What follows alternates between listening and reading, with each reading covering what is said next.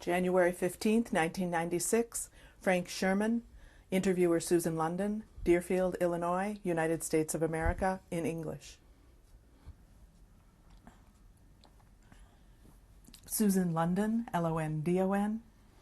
It's January 15th, 1996. I'm conducting an interview with Frank Shurman in Deerfield, Illinois, United States of America. Would you please tell us your name? My name is Frank Shurman. And spell it for us, please. S-H-U-R-M-A-N. And what was your name at birth? Fritz Shurman. And it was spelled S-C-H-U-R-M-A-N-N. Did you have any nicknames? No. You were known as. And what was your birth date? 8th of January, 1915. And how old are you now? 81. And where were you born? In Hildesheim, Germany. Could you spell the city, please? H-I-L-D-E-S-H-E-I-M. Would you please describe what your life was like before the occupation? We lived in a town of about 75,000, an old city with a 1,000-year history, and we lived in a middle upper class neighborhood in a beautiful home, 3-story home with a beautiful garden. Outside of the walls of the old city, and we lived a very comfortable life. We had a home, and as long as I can remember, we always had a Kinderfräulein, a nanny, and a maid, and every 4 weeks a washwoman would come and do the big laundry, and the ironing lady would come and do the ironing. And my father was a very successful and very capable and very creative man in the men's fashion industry, and respected as one of the leaders in this industry. And we had friends. Our social life was part of our assimilated life. We had many Jewish friends, but just as many Christian friends. And my father was somewhere on the city council to supervise the Denkmalschutz. Denkmalschutz is like so that very old buildings would not be destroyed by people who wanted to do something to them. And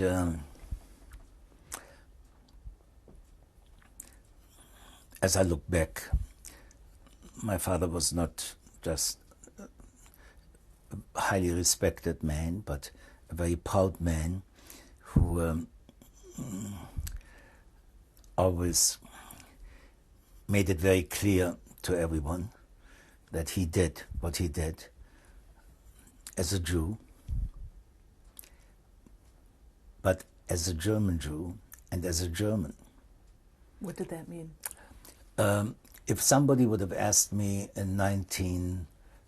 before Hitler came to power, and maybe even after Hitler came to power, if somebody would have asked me, what's your nationality? I would have answered without any hesitation, I'm a German. And if he would have asked me for my religion, I would have said, I'm a Jew. And I went to, after I became 6 years old, I went to a jüdische Volksschule, which was the Jewish primary school, across the street from our synagogue. It was a classroom school, but a very, very good school. So good that I remember that 2 Christian students attended the school because their parents wanted them to get the education that Lehrer Stern, our teacher, and Lehrer Bach would give us. I went to that school. We had to go for 4 years to the primary school. And there was an exception made. If you had particularly good grades, you could finish after 3 years. And after 3 years, you would take an exam to go into the school that my parents had picked for me, the Gymnasium Josephinum. A gymnasium was a school that prepared you. It was really a combination of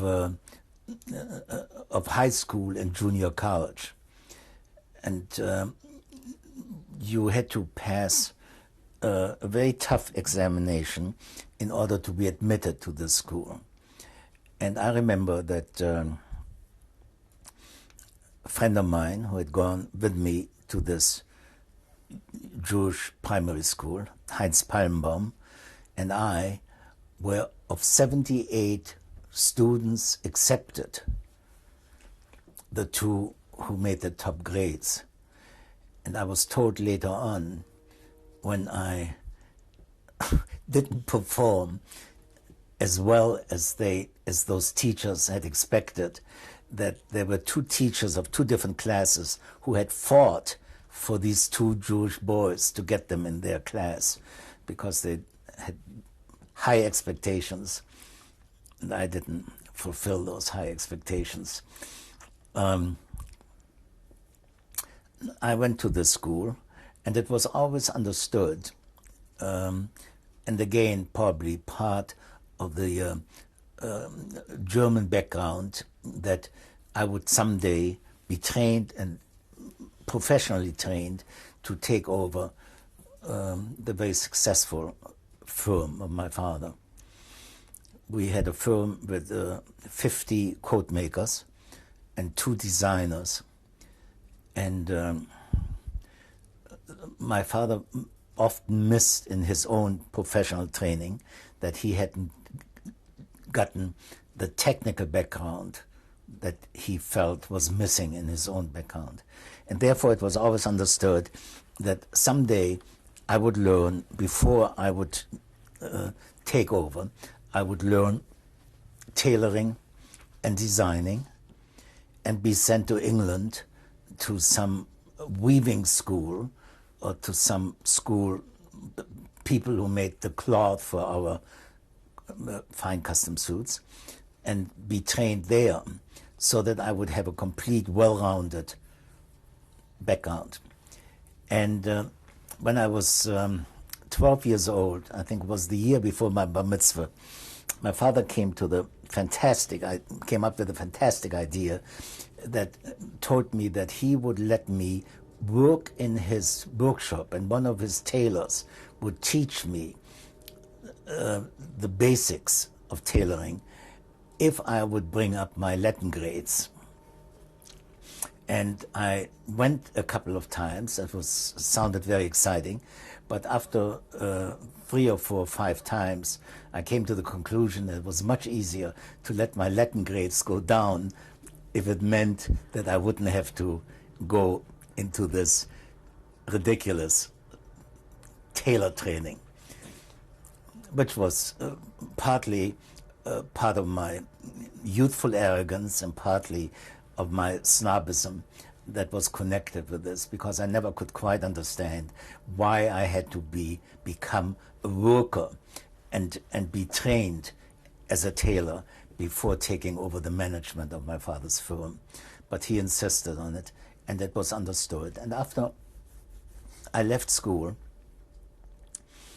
I was put into an apprenticeship program within a Schneidermeister, with a master tailor who had many, many years ago had worked for my father and was very, very proud that Willy Shurman came to him to ask him to take his son under his wings. And How old were you then? I was at that time 17, and it was an amazing transition for me, coming from this kind of snobbish school and going to be at 7 o'clock every morning, sit on the table with crossed legs and be taught by this man whose German was grammatically not quite correct. He was an uneducated man, at least I thought by my standards. But after a while he taught me that my Caesar bellum Gallicum, and the fact that I knew how to say Gallia est omnis divisa in partes tres in Latin didn't mean a damn thing to him, and that I was really a Dummkopf, that I was a stupid boy who couldn't be taught as easily as he thought he could teach me. And but he finally convinced me that I set my mind to it, and I spent 2 years with him, and it was the apprentice system was, in retrospect today, I feel a very, very wise system, and it taught us not only to learn the technique of a craft, but also become aware of the social problems connected with it. I would live in this magnificent home, and every morning I would go into this poor neighborhood and sit on the table together with Schneidermeister Helmholtz and learned how the very basic things, how to make a pair of trousers. And it took me many, many months before I even was half productive. And he put lots of his own effort in it.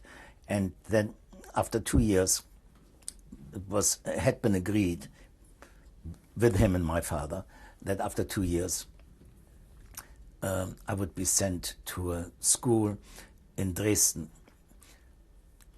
the European Fashion Academy, where I would then be trained to complete the technical training that I had gotten. And by this time, it was 1933. In fact, I left on the 1st of April, 1933, I left Hildesheim for Dresden. And that was the day of the boycott day.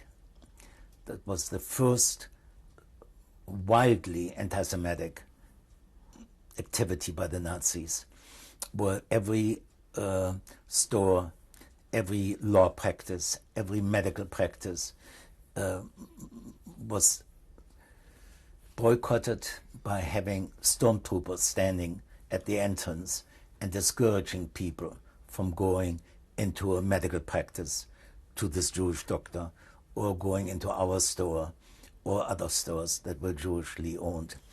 And I remember that my father and mother both were very happy that I would not be home on that day, not realizing that by the time I got to Dresden, all by myself and alone, that I saw it in Dresden. And that was the beginning. What was that like, to experience that? I think it was the beginning when I started to realize that we had made ever since Hitler came to power on the 30th of January 1933, we had made in wishful thinking.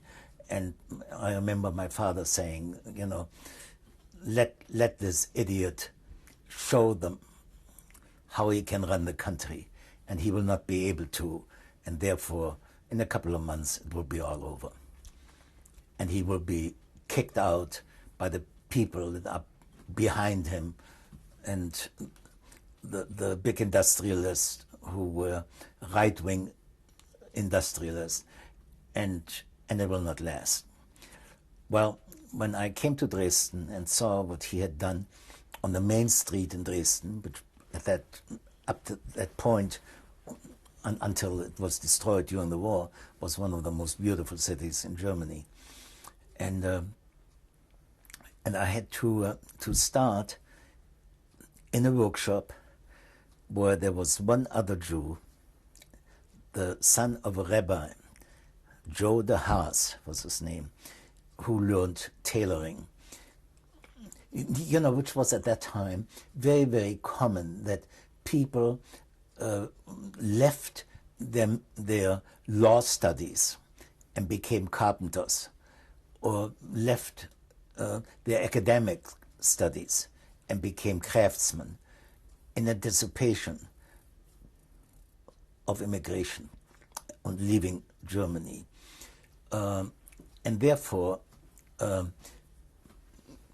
my being a craftsman and being a skilled tailor became much more fashionable as it had been when I first started out. Many, many of my friends envied me for the skill that I had accumulated in the meantime. Why was there the consideration by people that they might have to immigrate? It depended a little bit on your whole attitude, I think. In our house, it was always taken for granted that we would sit this out, that ultimately Hitler would fall. And as I look back and have over many, many years thought about this and tried to analyze it and said what made us so stubborn and so insensitive to the political realities of this time. And I think it was a little bit. Our family lived since 1650 in Germany, and there was no doubt in our mind. Here was this bohemian man with a guttural accent. Hitler didn't speak good German, and we couldn't imagine that this charlatan could convince a people like the Germans to be their leader. And it took us many years to become adjusted to these new realities, while other friends of ours who were more flexible and more mobile, physically and emotional, said, this is too ridiculous, we pack and leave.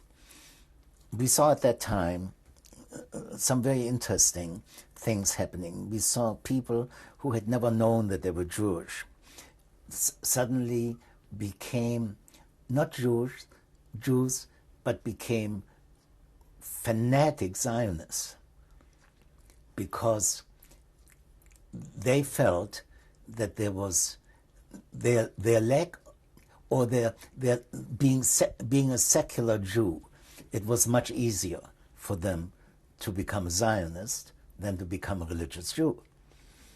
And many of them, in the first months or in the first year after Hitler came to power, left Germany and went to, at that time, Palestine. And many of them left while they were still able to take their money out, and left and went to South America or went to America. And we stuck it out. What do you feel they were responding to that you were not? Were you seeing what they were responding to, or was it? I think they were much more realistic. We called it at that time much more pessimistic than we were, but they were much more realistic than we were. We made them wishful thinking for a long, long time. And all of this was a little bit emphasized by the fact that in September 1933, so that is about 9 months after Hitler came to power, we got one of the coveted awards for one of the fashion creations that we sent to Berlin. And it was, at that time, it was almost unbelievable that a Jewish firm would be so rewarded. And it was at the same time, it was not only an uplift for our own spirits. You know, we said, you know, you see, they are not all Nazis, and the people who gave us this award were not Jewish, and they knew that we were Jewish, and they were somehow giving this award in spite of the tendency that existed at that time. And it gave us fuel for the things, for the kind of engine we wanted to run. We wanted to believe that this was not going to last. And we were encouraged by this, by many of our Christian friends who would come to us and say, don't give in, this cannot last, until it was too late. Did you know any people who supported the Nazis? Yeah. Oh, yes. Yes, indeed. You couldn't have helped it. You know, we lived in this town, in this small town, relatively small town, even though, you know, a town of 75,000 in those days. We had our own theater, we had our own opera. It was not like a small town in America. I had gone to, as I mentioned before, I had gone to this gymnasium was a Catholic school, was under the sponsorship of the Bishop of Hildesheim, and we would get encouragement from our teachers who were priests, and by their very fact that they were priests, were basically anti-Nazis. And we would be talked to, and I was once called in by a man who lived near the cathedral. Our school was an adjunct to the cathedral, and this man was Professor Konrad Algermissen, who had written a book, Germandom and Christendom. It was a book fighting the myth of the 20th century, which was the Nazi Bible. And it took an unbelievable amount of courage for him to do this, risking his future, his physical future. And one day, one of our workers was his cousin, Franz Kemner. And Franz Kemner asked me one day that Dr. Algermissen had asked him, would I come to see him? And I went to his study and saw him. And he sat me down in his book-lined library and said to me, you know, you cannot leave. Your parents should not leave. We have to keep the balance between evil and good. And if all of you leave, we are left with evil. And the majority has to be a majority of good people. And he tried to use his influence to encourage our staying. About when was this? 1936. And let me say that after Buchenwald, he asked me again to come and see him. And I sat in his book-lined study, and he said to me this time, Fritz, I was all wrong. Get out, and get out as fast as you can. while you still can. And he asked me, would I tell him some of the details of what I had seen in the concentration camp. And even though I had signed all kinds of papers before I left Buchenwald, I'm jumping a little bit ahead of my story, that I would never talk about what I had seen there. I sat there with Dr. Algermissen and told him every little detail about what I had experienced. And after I was all through, he looked at me and said, the reason that I was interested in this, I have the feeling that someday I will go to a concentration camp. And indeed he did.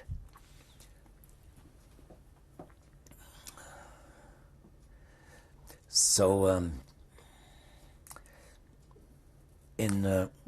what was it like when you were in contact with people who were in support of the Nazis before the war? They would say to you, look, the old cliche, we don't mean you, but there are certainly some Jews who have done things that were wrong, and you have to suffer being innocent.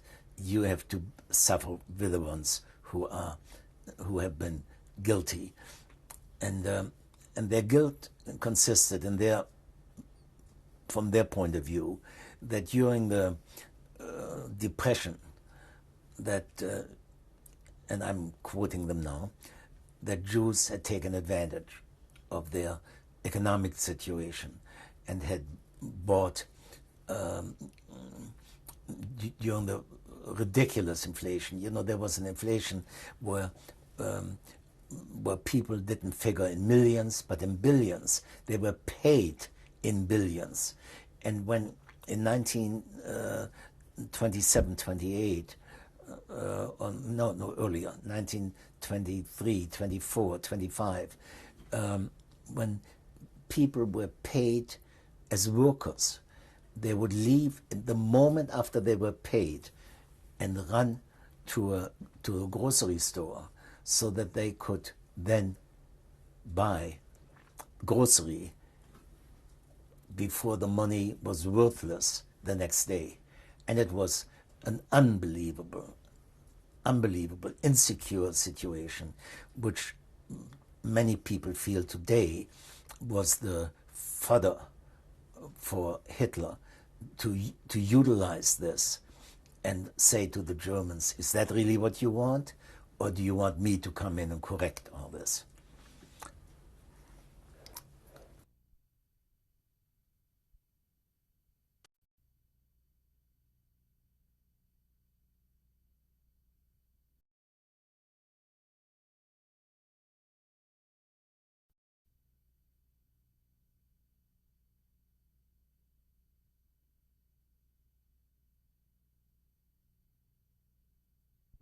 You asked me before if, how come, you asked me, did I know any Nazis? Yes, of course. I knew lots of Nazis.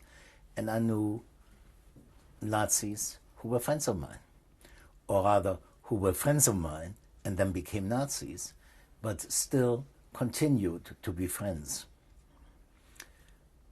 Some of them. And one of the things that occurs to me and enters my mind, and I remember that there was a very fine store in Hildesheim owned by J.L. Wendel, and he had arts and crafts in his store, and he was a good friend of my father, very, very German, nationalistic German, and I went to him one day and bought that photo album there that came from Wendel. And after I was released from Buchenwald and looked horrible, I went to his store to buy something for a friend of mine. And he came down from his office and came up to me, and he was old enough, he could have been my father, and he came up to me and he said, Mr. Shurman, would you come to my office? I would like to talk to you. And I went up to his office, and my head was still, we were shaved in Buchenwald, and my head was still without hair, and my eyes reflected all of the horror of those months. And he looked at me and he said, you look horrible. Will you trust me, and would you tell me what you experienced? And I looked at him and I said, Herr Wendel, I have signed all kinds of papers that I would never talk about this. When was this? In the beginning of '39. We were, in the meantime, we were out of business, and we were just he and I sitting in his office. And he looked at me and he said, Mr. Shurman, I give you my word of honor, which was the ultimate that somebody could give, much better than a legal paper, that it will never leave these four walls. And I always was disgusted with the lack of moral courage of Germans, and I didn't want to commit the same sin. And I said to myself, I'm taking the chance. And I sat there and told Mr. Wendel everything about Buchenwald. And his face, and I still see him, his face got redder and redder, and he got very excited. And while I was talking to him, I saw that he had a pin in his lapel that said FMSS, which was furthering member of the SS. And while I was talking to him, I wasn't quite sure if my father would have agreed with my youthful foolishness of trusting somebody like Mr. Wendel. What did the FM? FM means a paying member. He couldn't. He was too old to be a member of the SS, so he was A supporting member. Supporting member. And he listened and listened very carefully. He didn't ask any questions, and I just kept on telling him. And after I was through, he looked at me and he said, I'm deeply ashamed to be a German. And he reached for the pin and pulled the pin off his lapel and threw it in his wastebasket. And it was an unbelievable emotional experience for both of us. He survived the war, and Margie and I and my children have visited him later on after the war, and he reminded me of this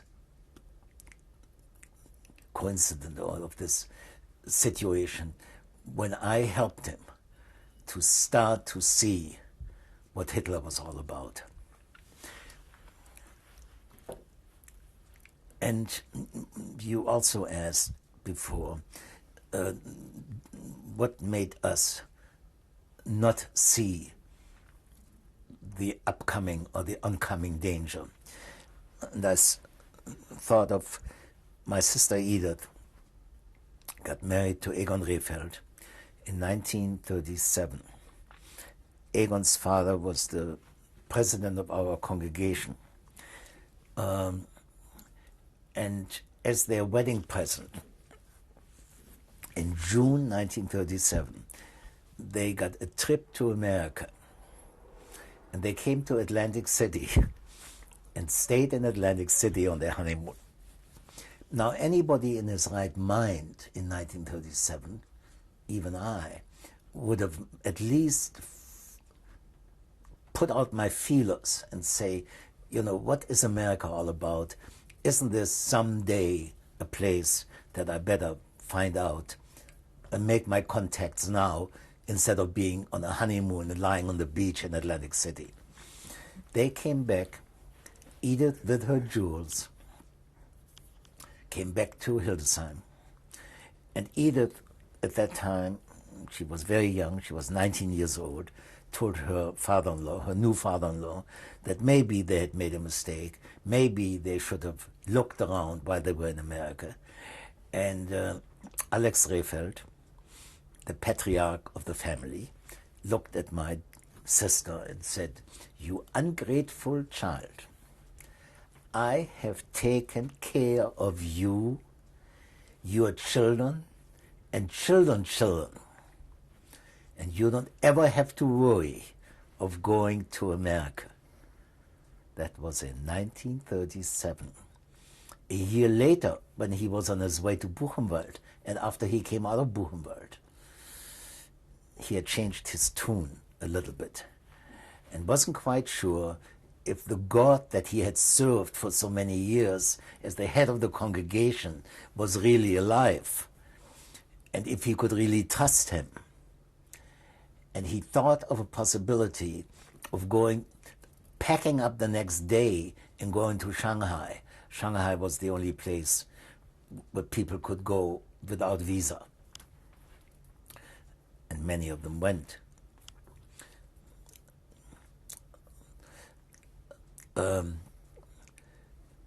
This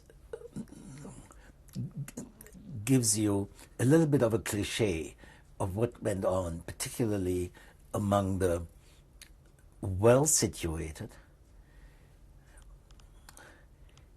and integrated members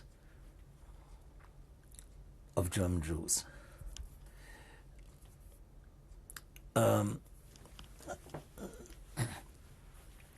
I was at that time, in 1937, I was still hoping that that it would all blow up and that we could continue. But little by little, I started to realize that I better concentrate on my education, on my technical education, not with the view that someday I would take over my father's firm, but so that I use this hard come-by technical skill and develop it so that someday, if I would have to leave Germany without a penny, that I would be able to support myself. And did you consider leaving Germany at that time? When you were thinking about the future possibility of leaving? Did you think about leaving then?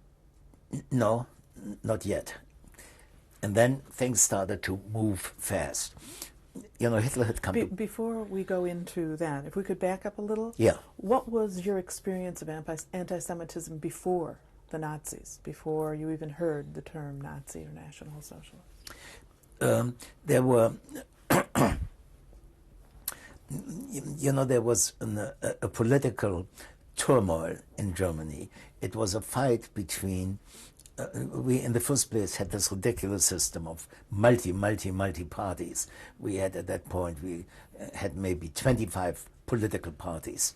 And from the center in the Democratic Party and the Social Democrats, you had the extremes of the Nazis on one side and the communists on the other side.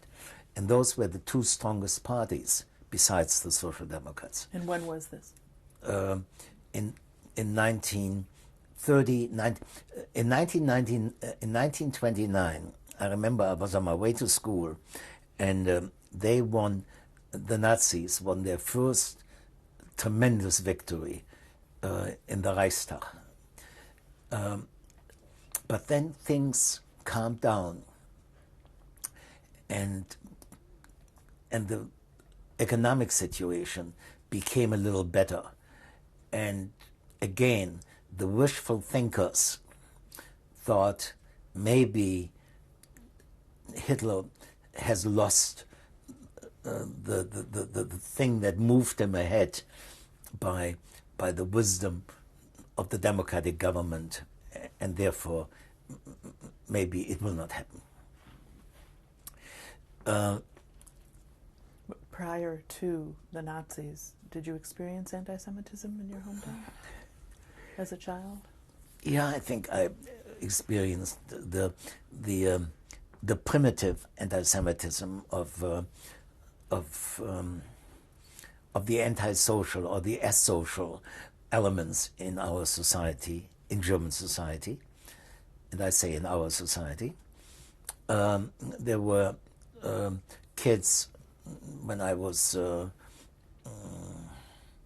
14, 15 years old who used to call me a Jew or dirty Jew. And I went at that time, I joined in a boxing society, a boxing club, in order to learn how to physically defend myself against the attacks of those. Had you received physical attacks? Pardon me? Had you received physical attacks? Mm-hmm. But it was part of growing up. You know, if I wouldn't have been a Jew, they would have called me a dirty Catholic. You know, with other words, these were elements that would have picked on anybody that they felt inferior to.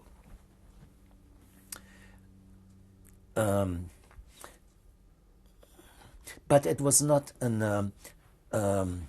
it was not a destructive force in my life. In fact, anti-Semitism was never a destructive force in my life. I think that it was in many ways, by turning it around, in many, many ways, a positive force. I think I tried much harder to be a better human being and to be a more skilled human being because of the threat of anti-Semitism. And I have said sometimes, in retrospect, many years later, after Buchenwald, said that I would never be able to go through it again, but I wouldn't have sold the experience I had in Buchenwald for any money, because I thought it gave me a new standard of survival. It gave me a new test. And I remember when later on, when I went into the American Army and I was in basic training, and there were guys who were bitching about the toughness of our basic training, and I was laughing inside, and I thought, little do they know. And I had learned a minimum of survival, which they had never experienced. They were spoiled kids. And I had been taught the hard way this lesson that I think stayed with me all through my life.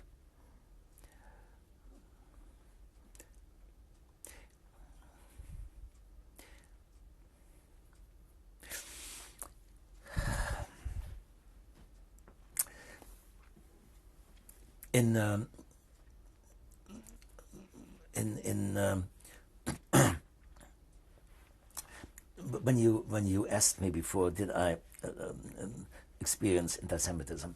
In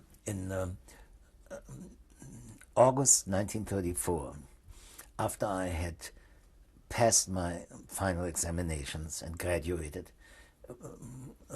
by the way, with a certificate of excellence from the European Fashion Academy, was the only student there and the only Jew who got this. Some Nazis who were in our workshop and tried to sabotage me in many, many different ways, did not get it. And this is a little bit fitting in with what I said just a few moments ago. But I got a job in Hamburg with one of the fine tailoring firms in Hamburg, Christian Ohlmeyer. And I started with them on the 1st of August 1934. And the business manager of this firm was a Nazi, a uniformed Nazi. And the designer I worked for was an SS-man. Piotrowski was his name. We used to call him Pius. And Piotrowski, after I started there, and I went to Mr. Ohlmeyer, his name was Christian Ohlmeyer, who was a friend of my father, and I got this job partly because of this interrelationship between people who owned businesses. And I went to Mr. Ohlmeyer and said, you know, I forgot, when I first met you, I forgot to tell you that I'm a Jew. He said, I knew that. He said, you know, I said, well, I thought you should know that. And he said, well, you know, he said, I wouldn't necessarily go into the workshop and say what you just told me. They don't have to know it. And I said, Mr. Ohlmeyer, I will not go and say I am a Jew, but I will never deny it. And I remember that a couple of, maybe 2 months after I started there, and in the meantime, we were in the workshop, we were grouped together with this designer, Piotrowski. And one day Piotrowski came back to the workshop, and he had tied on a suit on a man who was a South American of an old patrician importing, exporting family in Hamburg. And he was dark-skinned and dark-haired. And he didn't like what Piotrowski tied on him. And Piotrowski was full of anger when he came back into the shop, and he took the garment and threw it in the corner, and he said, that damn Jew, I couldn't satisfy him. And I looked at Piotrowski, and by that time we had met many, many times, so we knew each other, and we used to walk home together. And I said to him, Piers, he's not Jewish. He said, of course he's a Jew. I said, no, he isn't. He's a South American. So I happen to know the family. He's not Jewish. He said, well, what difference does it make? Why do you defend him? He said, I'm not defending him. I'm defending myself. He said, I'm Jewish. And he looked at me and said, you are not. I said, I'm not the type of Jew that you see in the Stürmer, which was the wildest, almost pornographic anti-Semitic newspaper published by Julius Streicher. And I said, he said, I know a Jew when I see one. I said, do you really? I said, well, you saw me and you met me 8 weeks ago, and you never discovered that I was Jewish until I told you. And I said, you know, when you think of the Olympic Games, there is a woman, Helene Meyer, who won the gold medal in fencing. He said, don't tell me she's Jewish. I said, she is Jewish. I said, the things that you are being taught are not quite right. Don't you see it? And I would take this attitude wherever I could. And Piers and I got along for the whole period I was in Hamburg working for him. And it was somehow the same kind of philosophy that made me tell Mr. Wendel about my experiences in Buchenwald. At any point during the 30s, did you start experiencing fear of what was happening around you?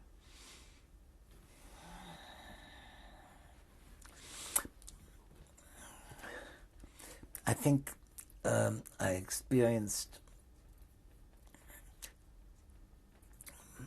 deep fear, tremendous fear,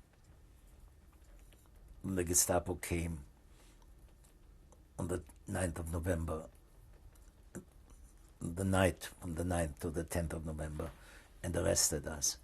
What year was that? 1938. That was Kristallnacht. But I would like to go back for a moment. Before I get to Kristallnacht,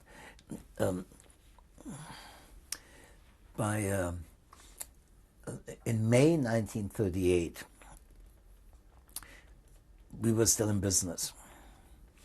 We had, at one of the most prominent corners in downtown Hildesheim, there was this store with 6 large windows, showroom windows, and a business that had flourished. And the Nazis became kind of desperate, and they had a wonderful way of ultimately finding a way of killing you economically. And one day, they, in May 1938, they came into my father's office, and they confiscated, under some pretext, the steel files with all the files and cards of our customers. And my father told them that it was against his ethical concepts, that there was just like a physician would not talk and give the facts, that an ethical merchant would not reveal these facts. And they made it very clear to him that if he would refuse to turn those files over to him, that he would be under arrest and that our organization would be closed as of this moment. And my father had no choice, and they took the steel files. And about 4 days later, and I have in my papers there a copy, the Gestapo sent a letter to every one of our customers with a complete breakdown of what they had bought, and if they felt that they had been overcharged, to contact the undersigned, Dr. Mergenthaler, who would then take care of the overpricing policies that this Jewish firm has been suspected of for quite a while. Well, they were just like we had during the war here in America. We had the OPA, the Office of Price Control. That same thing existed in Germany, and there was not a pin in our store that was overpriced. We were popier than the Pope in sticking to the knowing that that's all.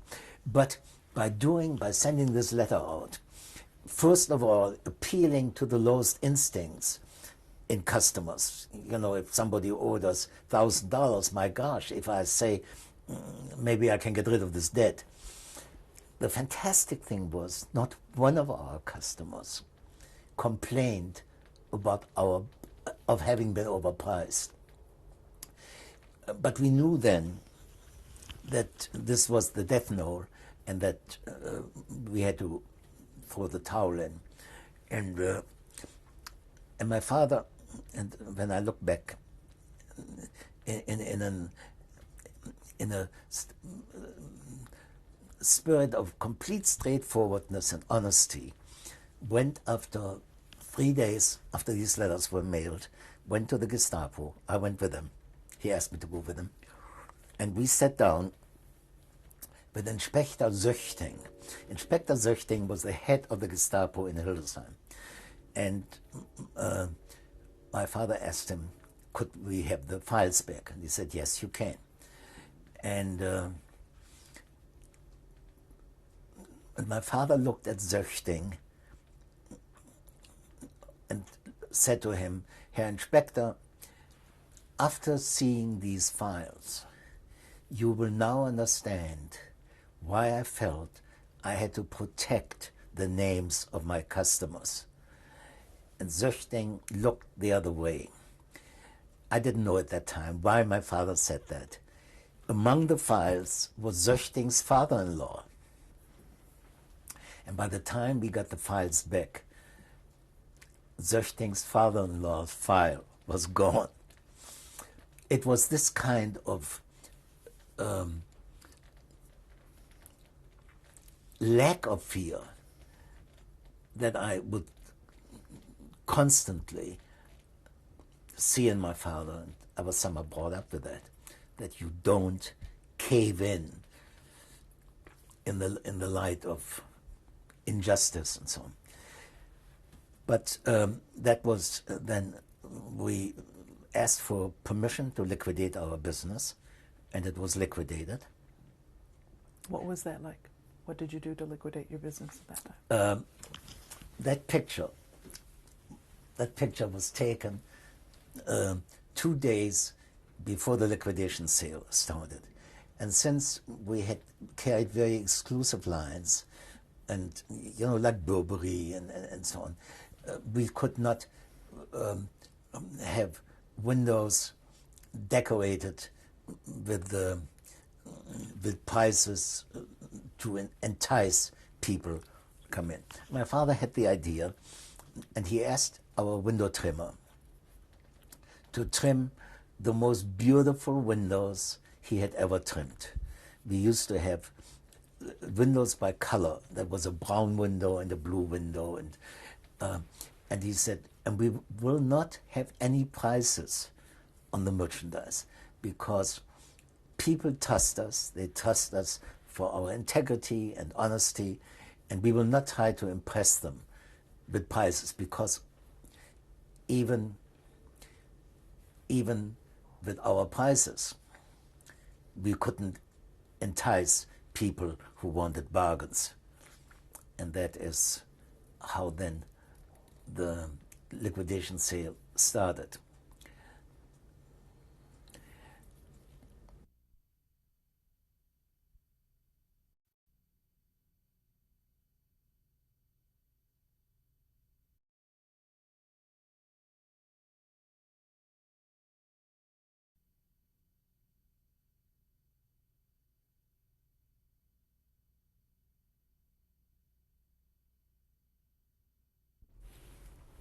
What was it like when some of your friends started turning to the Nazi cause? It was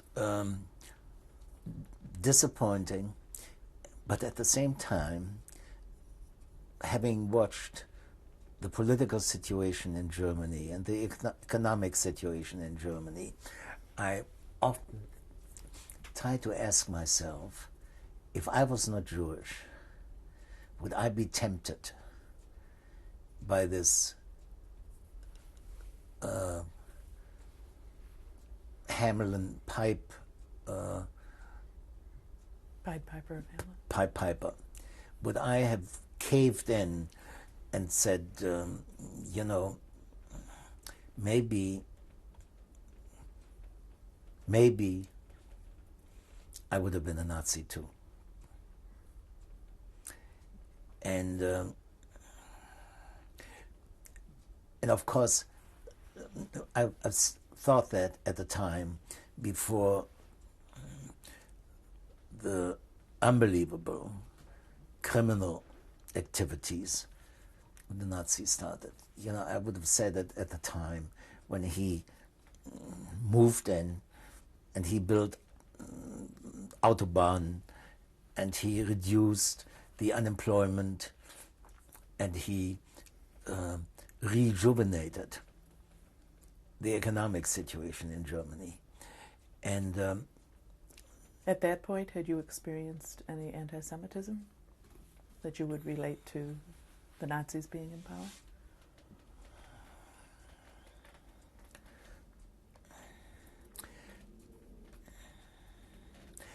I never, with the exception of the anti-Semitism that I referred to at the European Fashion Academy, there were Nazis in my group, in my class, who made it tough. But fortunately, I think in all of this time, I was old enough, or I was maybe mature enough, that I could evaluate these things for what they really were. And maybe what was that? What were they really? That that here were these primitive souls who didn't know what anti-Semitism was all about and why they were anti-Semites or why they were Nazis. And let me go back quite a bit. In 1934, in 1933 and 34, when we were in Dresden, I belonged to a youth group, and we came up with the idea. I thought at that time was a fantastic idea. Instead of having the yellow spot put on us as a sign of shame, we developed a medal that was a yellow circle. And for those who excelled in our youth group would get this yellow spot as an award. And we would say to them, wear it with pride. They cannot defame us and they cannot degrade us unless we degrade ourselves. And it was at that time, I thought, a kind of terrific morale booster for us. And maybe this attitude toward the yellow gelbe Fleck, that we turned it into a positive, was a reflection of our youthful idealism, our naivete, or whatever. But it helped us. And I think we became more mature, faster through these pressures that were working on us. Until they, and as I look back and try to answer your question, I did not ever suffer from unbearable anti-Semitism. But when this thing happened to us in May 1938, and we liquidated our downtown location and took our workshop into our home and continued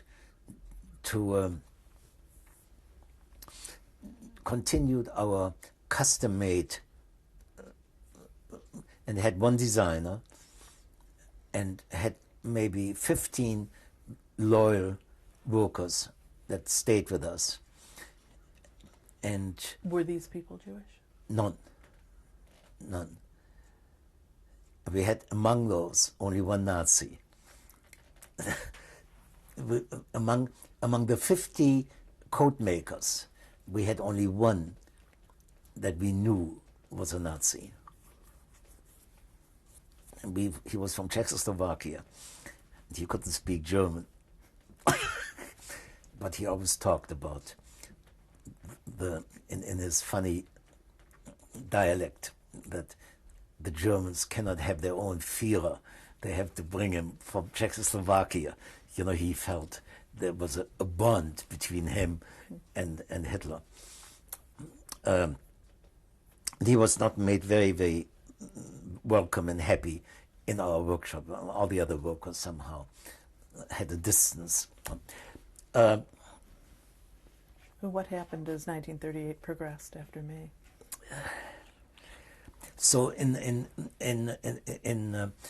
the summer of 1938, I started to do some very serious soul searching and thinking of how we could get out of this dead-end street. And one day, my brother-in-law, the fellow who had gone to Atlantic City on his honeymoon, and the brother-in-law that I was not particularly fond of, told me facetiously that his father had a chauffeur who drove him in a very elegant limousine. all over Germany. There were, and this chauffeur had gotten a visit from a friend of his who was driving a very wealthy American with her 3 daughters through Europe. And he had stopped in Hildesheim to say hello to Julius, this chauffeur. And my brother-in-law, who was teasing me at the same time about my consistent refusal of thinking in terms of emigration, but saw this change in me and said, I give you a tip, why don't you marry one of these girls that came yesterday with this American woman, and that's how you can get to America. Because we didn't have any relatives in America, we didn't have any contacts here, and I didn't know how I could possibly. And he was sarcastic when he said that to me, and I turned this negative into a positive, and said, you know, let me see, where did they go from here? And they went to the Harz Mountains, where I used to go skiing in Braunlage. And I called every hotel in Braunlage, and all I knew was the name of the chauffeur, not the people, not the lady. And finally found a hotel. They said, yeah, they left this morning, and they went back to Berlin, on their way to Berlin. And I sat down and I wrote a letter to Otto Stenzel, this German chauffeur who was driving them, and said to him, you know us, you know our problem. I wonder if you can help me. Can you make any contact with this lady that you've been driving around? And I would like to talk to her. And I mailed that letter on a Thursday, and on Sunday afternoon we were sitting on our veranda over our garden, and had coffee and kuchen, and coffee and cake, and the telephone rang, and Otto Stenzel was on the phone. And Otto Stenzel said, Shurman, I got your letter. I talked to Lady Hamilton. He called her always Lady Hamilton. This was the first I knew her name. I talked to her, and she's willing to see you. There's only one problem. He said, today is Sunday, tomorrow night, Monday, they're taking the train to Bremen and sailing back to the United States. So the only time she can see you is tomorrow at 1 o'clock. And I said, I'll be there. And at that time, I went to my father and asked my father for his car and told him why I wanted to go to Berlin. It was about a 3-hour drive from, and my father, who was very wise he always said, of the ways of the world, looked at me and he said, you are an utopian dreamer. He said, you will never get your feet on terra firma. And what a ridiculous idea to go to Berlin to talk to a woman. What do you want to ask her for? He said, I want to ask her if she would be willing to help me, or if she has Jewish friends in America who would be willing to help me. Well, he gave me his car, but he told me that at the same time, he said, if you want to go to Berlin, don't use such ridiculous excuses.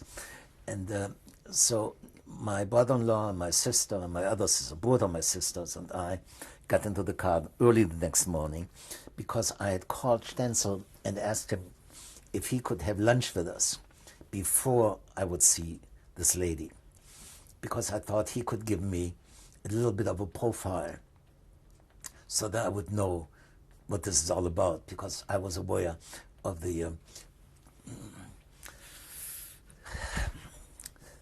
chemistry of personality, and I didn't know, my English was poor, and I didn't know if I would get my message across, and if I would know a little bit more about her. So he agreed, and we had lunch at the Kaiserhof, a very nice hotel in Berlin. And he told us at that time that here was this lady, obviously a very wealthy lady from Wisconsin, with her 3 daughters. and they had traveled for 3 months, Switzerland, all over Europe, and she was of German descent. And they had visited an uncle of hers who was a retired German general in Munich. So he, as one German about, said to me, "Let me warn you, I don't know how much you can trust her, because she is of German descent," said the German. And with this information, we went to the Eden Hotel, one of the most elegant hotels in Berlin, and went to the desk, and I asked for her, and she asked us to come up in the elevator. We went up in the elevator, and I was kind of uptight. I realized that this was a responsibility that if I would fail in this mission, I would have a tough time to live the rest of my life. And I somehow hoped and prayed that I would get my message across. And when the elevator door opened, here was this, you know, we Europeans had these certain concepts of Americans, and they all looked like Marlene Dietrich or so on. And here was this kind of heavy-set woman standing there, and I apologized, introduced my sister and my brother-in-law, and apologized for this peculiar way that I asked for this appointment. And she looked at me and she said, "We have been long enough in Germany. I know how things are for you, and you have my sympathy."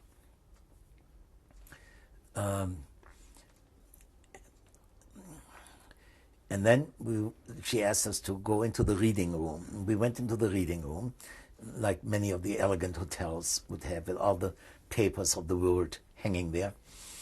And then I looked around to see if we were alone, and she picked up on it. And she said, "You said, we haven't been long enough in Germany. I understand this. Look, if you feel uncomfortable here, we can go to my room." I said, "No, this is fine." So we sat down, and I somehow had the feeling, by sizing her up, that she was a kind of straightforward and no small talk. Let's get down and talk Tachlis. And although I'm sure she didn't know what Tachlis was, I said to her, when she said, "What can I do for you?" He said, "I feel that we have reached the point where we have tried for years and years to see if we could survive here. And I've come to the conclusion we can't. And we have to try to find somebody who can sponsor us. And I wondered if you had Jewish friends in America and you could interest them in us." She had, in the meantime, she had done something beautifully. She said, "I understand German. My German is very poor. And you understand English, but your English is not up to snuff. Why don't you talk in German to me, and I talk to you in English?" And one of my biggest fears just floated away. Now I could express myself. And she started to, after I told her if she had Jewish friends, she said, "Now let's assume I would know somebody who would do this. How about not, but if you don't find the right job in America, what will happen? Would these people who sponsor you be financially responsible for you?" And I said, "Yes, they will be for the first 2 years. And the only thing is, I would promise them, and I would give them my word of honor, that I would never, all I want to do is get to America and find work and support myself and support my parents." And I said, "Our problem is not to find the right job. Our problem is to be or not to be." And we were there for about 35 minutes talking to her. And I showed her pictures of my parents, and showed her, and the three daughters of Mrs. Hamilton came in because they started to get worried. What do these Germans want from their mother? And we were introduced to Ella, Mary Jane, and Margaret,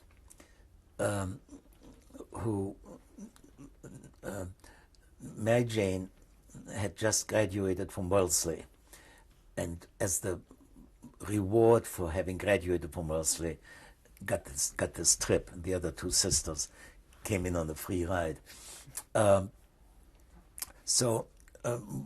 After this introduction, she asked a couple of more questions, and I think we were not longer than 50 minutes with her when she suddenly came to a conclusion, and she said, "Mr. Shurman, give me the papers. I will sign the papers for you. I will sponsor you and your family."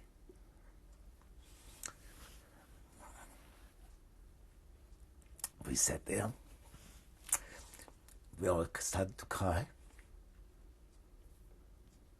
This was so unbelievable that after all the hate that we had experienced, 1938, that somebody who just had met us would trust the face. After I told her, yes, she will be financially responsible, but take my word for it, and come to the conclusion, yes, I want to help them. And we couldn't talk. And she said, as soon as I get back, I will start working on this. And I said to her, I said, I don't have any papers. I was not prepared for this, but I cannot have any papers. It is up to you. You have to activate these things, and you have to sign affidavits, which includes a copy of your income tax returns to show your financial responsibility and so on, for the American consul too. So she said, okay, I will start working on this as soon as I get back, and in a couple of months you all be in America. So we said goodbye.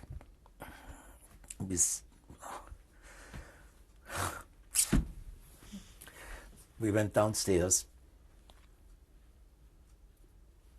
and sent them orchids.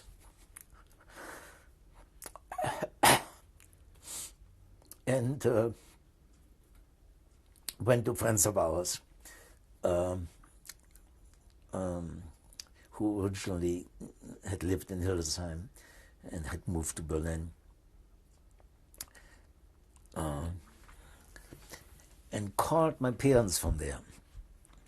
And when I told my father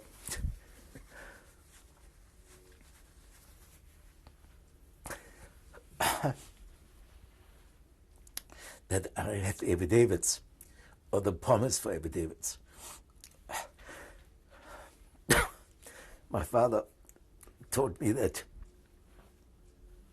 this was too serious a thing to joke about, because he didn't believe it. So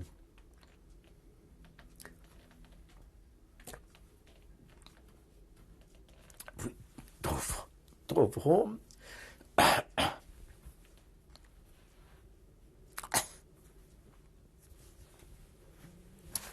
And the next day,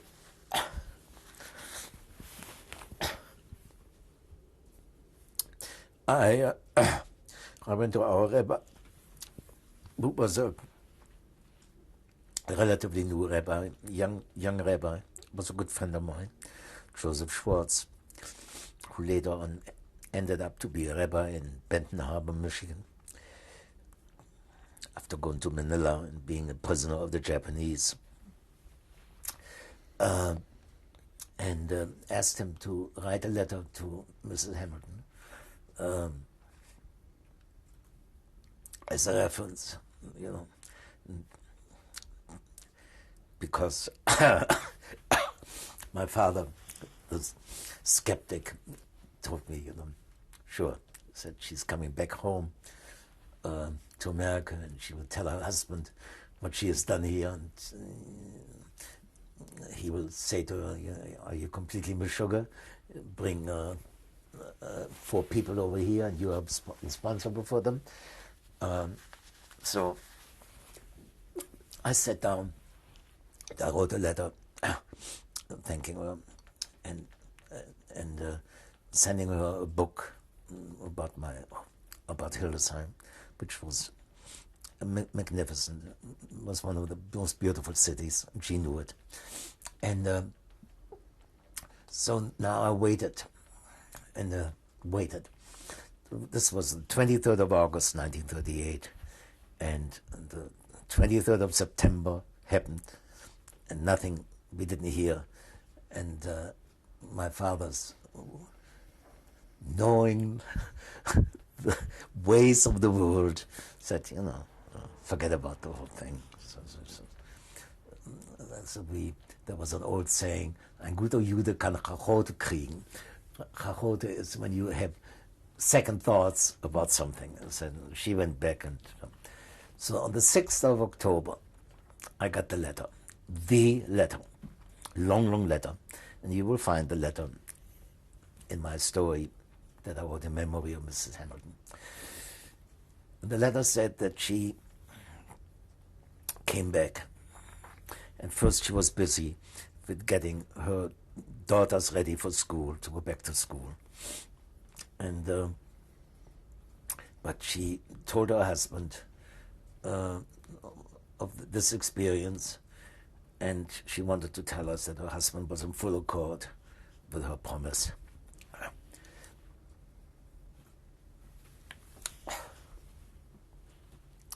And on her way home, she had stopped, after they got to New York, she had gone to Columbus, Ohio, and stopped at friends of theirs.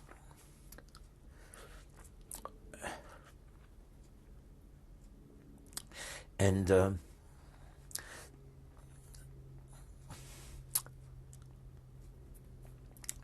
she said this friend had a big department store in Columbus, and I didn't know Columbus, Ohio. I didn't know Ohio. I didn't know America, and I didn't know what she was talking about when she talked about Columbus, Ohio, and that her friend had a big department store there.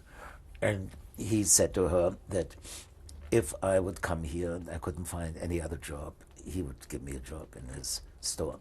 And I didn't know at that time that this friend was Robert Lazos of Lazos Department Stores in Columbus, Ohio, who also owned Bloomingdale's and also owned Filene and also owned Abelman Strauss and so on and so on. And Mrs. Lazos, Hattie Weiler, God bless her soul, was Mrs. Hamilton's roommate, class of 1914 at Wellesley. And I'm convinced, I'm still convinced today, even though Mrs. Hamilton's daughters have denied it, that it was this friendship, this lifelong friendship, very, very close friendship with this Jewish girl.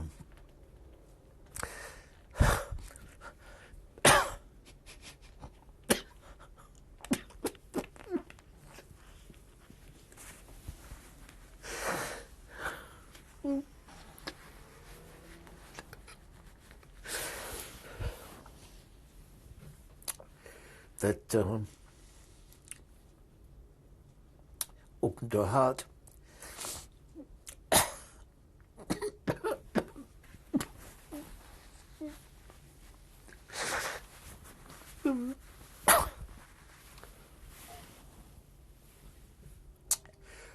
No. Come on.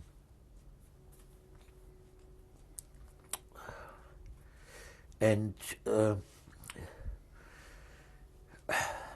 I said in the story, which I wrote many, many years later, in memory of Mrs. Hamilton, she was a unbelievable human being. And we were privileged to be her friend for 28 years. And she had the sensitivity and she had respect for our sensitivities, and she did things that were so unbelievable. So that many years later, on our 50th anniversary, that I met Mrs. Hamilton.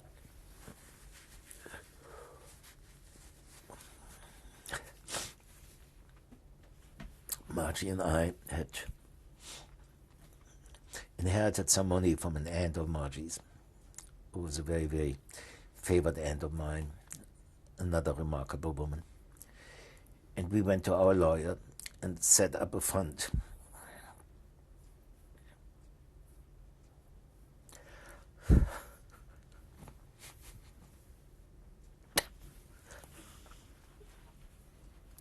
At Wellesley.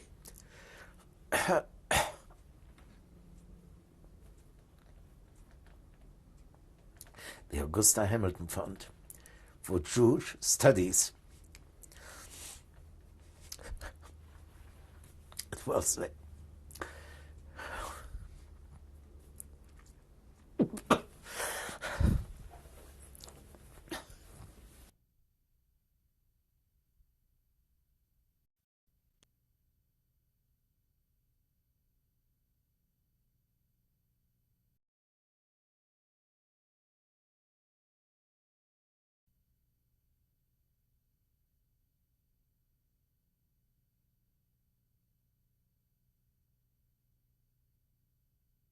Now, after this memorable meeting in Berlin with Mrs. Hamilton, and the letter that arrived with her confirmation of her original promise on the 6th of October, 4 weeks later, after this first letter arrived,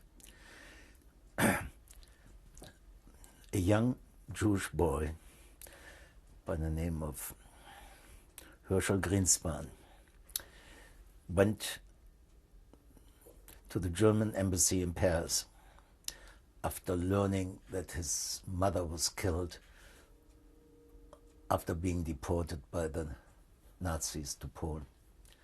And he went in the German embassy and shot the first German he saw, the legation secretary from Rath. We knew by this time that the Nazis wouldn't let an opportunity like that go by, and they used this to the fullest. And out of this killing, unfortunate killing, because von Rath was on the list of the Gestapo as an anti-Nazi, von Rath died a couple of days afterwards. And we knew it was now our turn. On the 9th of November, we got a registered letter from the mayor of our city telling us that in retaliation for the conspiracy of international Jewry, and this was a typical Nazi term, that we were, as punishment, that we had to liquidate our remaining business organization within the next 2 weeks. And my father was out of town. He came back that night, and he and I sat down and made plans how we could comply with this order. And after we had our meeting, I sat down at my desk and wrote a letter to Mrs. Hamilton, telling her that by the time this letter would reach her, she would know what the crazy deed of a young boy did to all of us, not realizing, of course, at that particular point, that by the time she got the letter, that my wording had much more weight than when I wrote it, because of what happened to us during the next hours and days and months. What is it that happened immediately after? I mailed the letter at midnight on the 9th of November. And I didn't have a very good night. I couldn't get to sleep. And at around 5 o'clock in the morning, the doorbell rang, and there was a knock at the door. And I looked at my clock, and I couldn't believe anybody at 5 o'clock in the morning coming to our house. And I put my dressing gown on and went downstairs, and I said, "Who's there?" And he said, "Geheime Staatspolizei, Gestapo, opened the door." And outside were two SS-men with a Gestapo agent whom I knew, to whom I had to go whenever I had meetings in my youth. I had to get his permission. So Inspector Hamerling and these two SS-men came into our house, and without any formal introduction or so, they just walked in and walked into my father's library and said that they were looking for arms and books, forbidden books and weapons. And the way they went about it, I knew this was nonsense. They were not looking.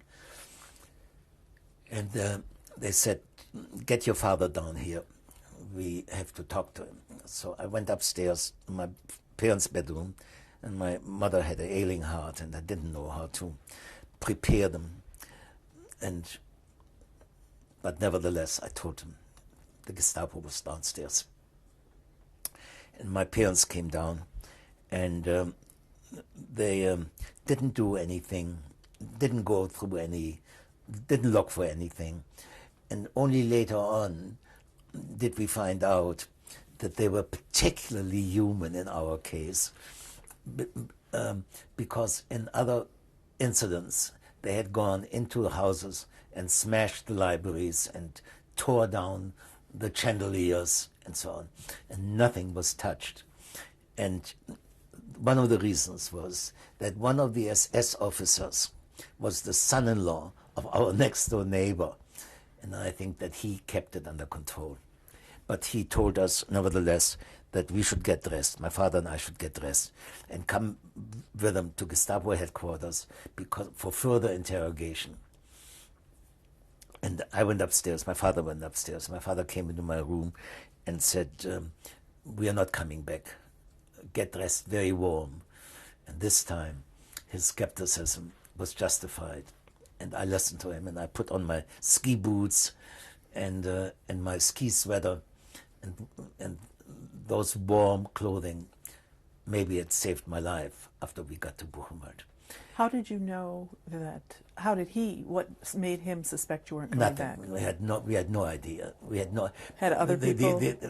We had no idea. The only thing was, both my father and I knew, and maybe I should say this here.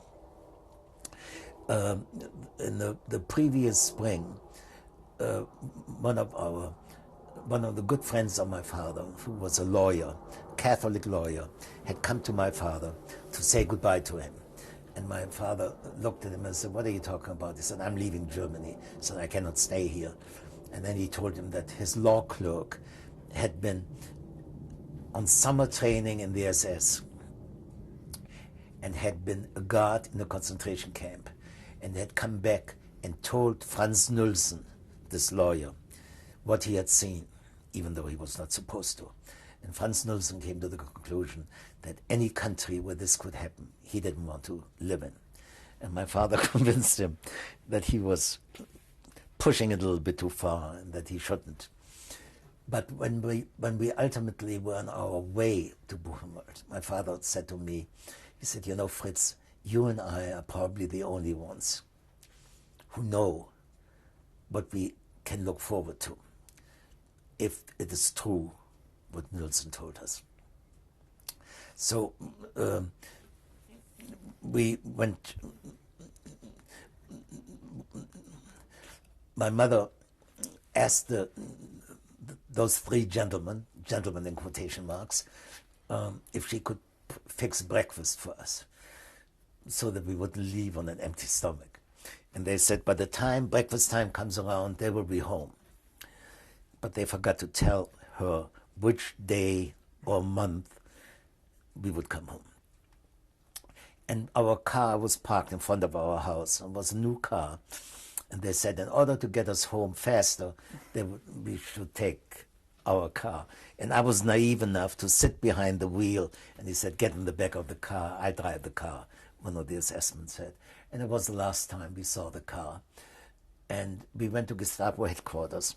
And on the way, as we got closer to Gestapo headquarters, it was still dark, we saw like ghosts, people, other people, friends of ours, on their way to Gestapo headquarters. And among them was a quite famous physician who was a very famous ear, nose and throat specialist, Sanitätsrat Dr. Krebs, whose son later on won the Nobel Prize in biochemistry. And by this time we knew it was not just us who were arrested, that it was a mass action. And early in the morning, all of us were taken to the prison, and the local prison, and then lined up outside the prison, 75 of us, to be taken on a march through the city, through the streets of our city. And across the street from the police headquarters was the Chamber of Commerce. And there were people standing at the windows and kind of laughing, but not a happy laugh, kind of an embarrassed laugh, seeing this sad little group of Jews down there. And it was probably, to the people up there, an anonymous group. They didn't know who they were, except that among the people that were standing there, I saw a girl who used to be my partner in dancing school. A girl, blonde girl, Margit Kahle, who looked out, and I stared at her, and I somehow think that there was a hypnosis that made our eyes meet. And the moment she discovered me, the group was not anonymous anymore. She saw somebody that she knew, and she stopped laughing, and she turned around and walked away. I never saw her again. And I thought it was one of the symbolic, very, very interesting things, that you can talk about the Jews, but the moment you know somebody specifically in there, it becomes intolerable for the viewer. And we were taken then, now, marched through the streets, and the SS had unlocked their guns, and we were told that any attempt to move out of line without any warning, we would be shot. And we were taken around the streets of our city, and there were people standing on the sidewalks, and I think some of them in horror looking at this scenario. And when we finally moved down on the street, there was a whisper among us that only was a rumor. We couldn't believe, but the direction that this march took, it looked like we were going to our synagogue. And little by little, we got close enough that we could smell the burn. And we were taken around our burning synagogue, marched around the burning synagogue. And the SS, or the SR, whoever it was, had taken a Torah roll out and rolled it out on the street and made us march across the Torah rolls.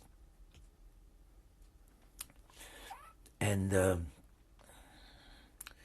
we were then taken, after this March de Triomphe, we were taken back. We were split up because we were too many to be taken to one prison. We were taken to 2 different prisons.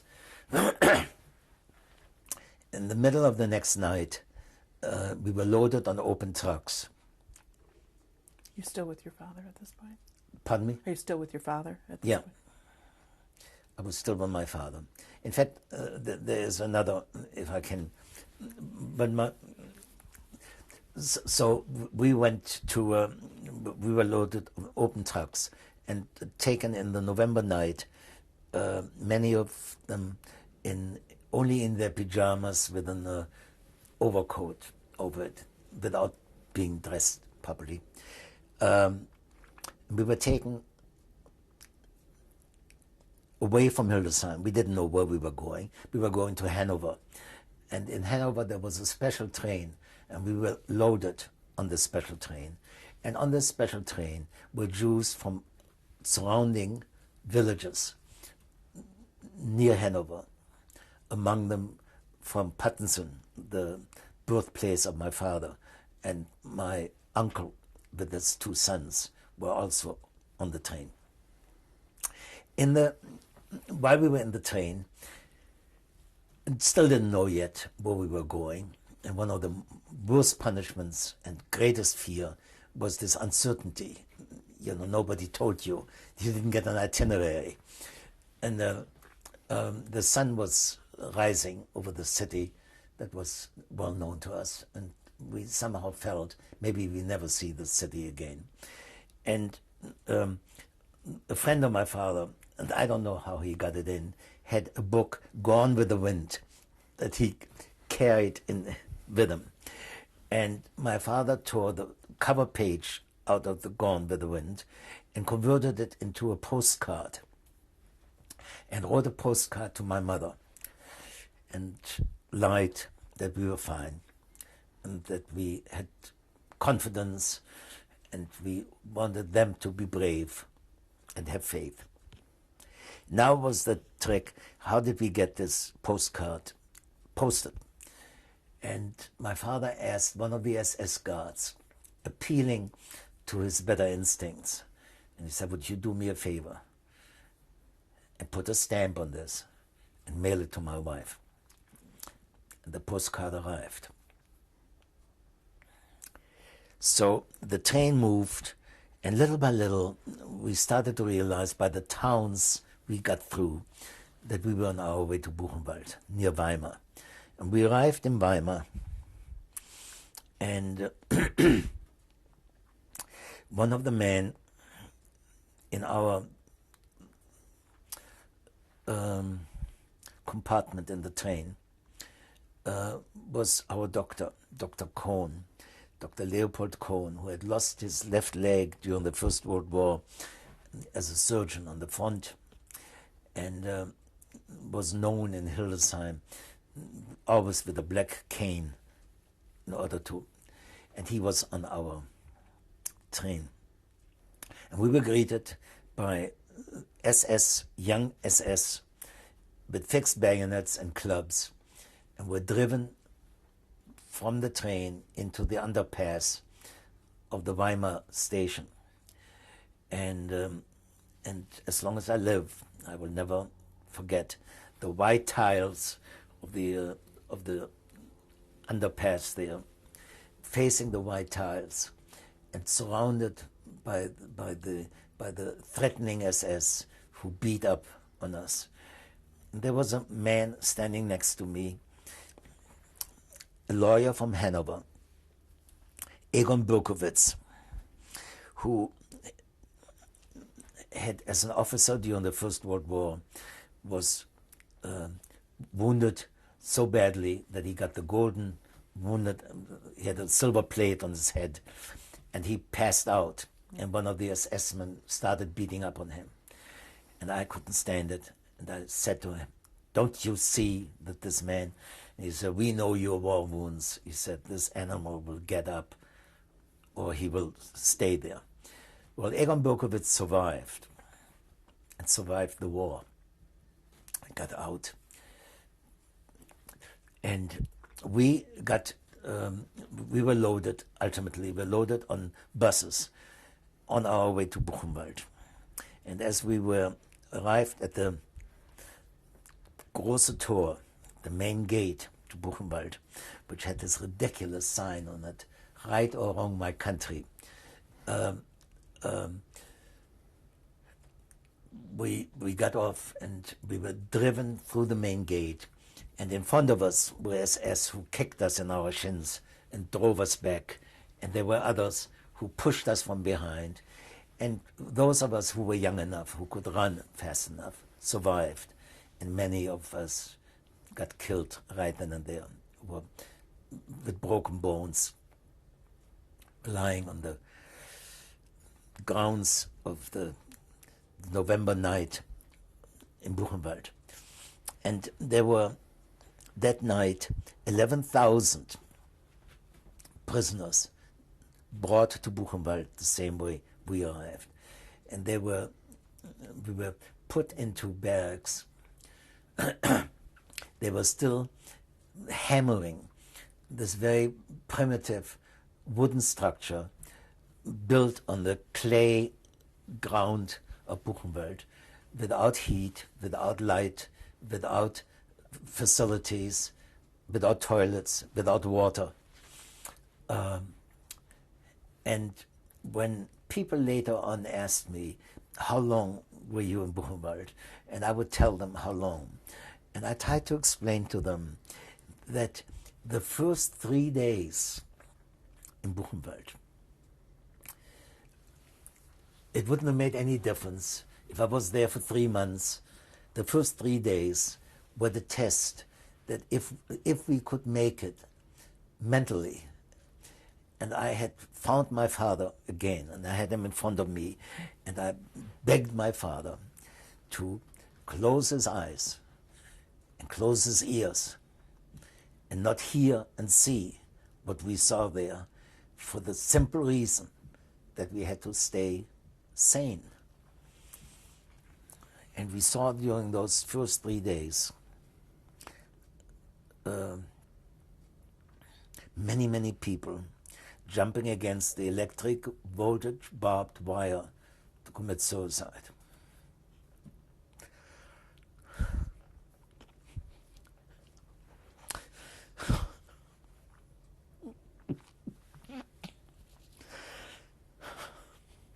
What were conditions like in Buchenwald?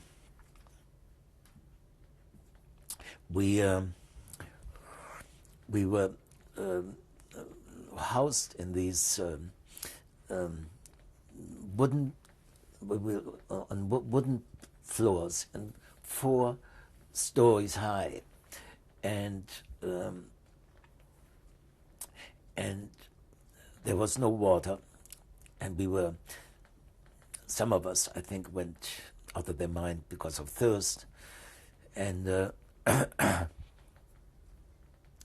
and this, I was surrounded by this, the whole camp was surrounded by electric voltage barbed wire, and they had the tower guards with their guns threatening us with the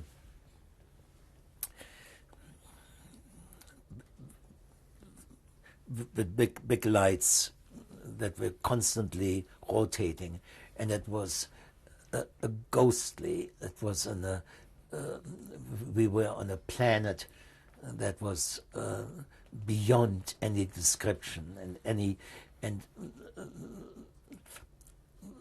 I thought that day and the next day, I said, if would any one of us escape here to tell the world,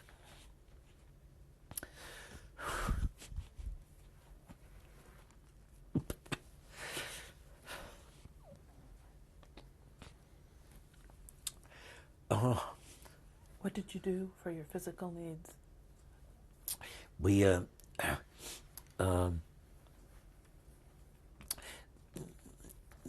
we had 5 barracks, the Judenbaracken, the Jew barracks, and the 11,000 were put in those 5 barracks, and they were like herrings or sardines next to each other. Those 4 stories, pictures that are known today were shown in Shoah.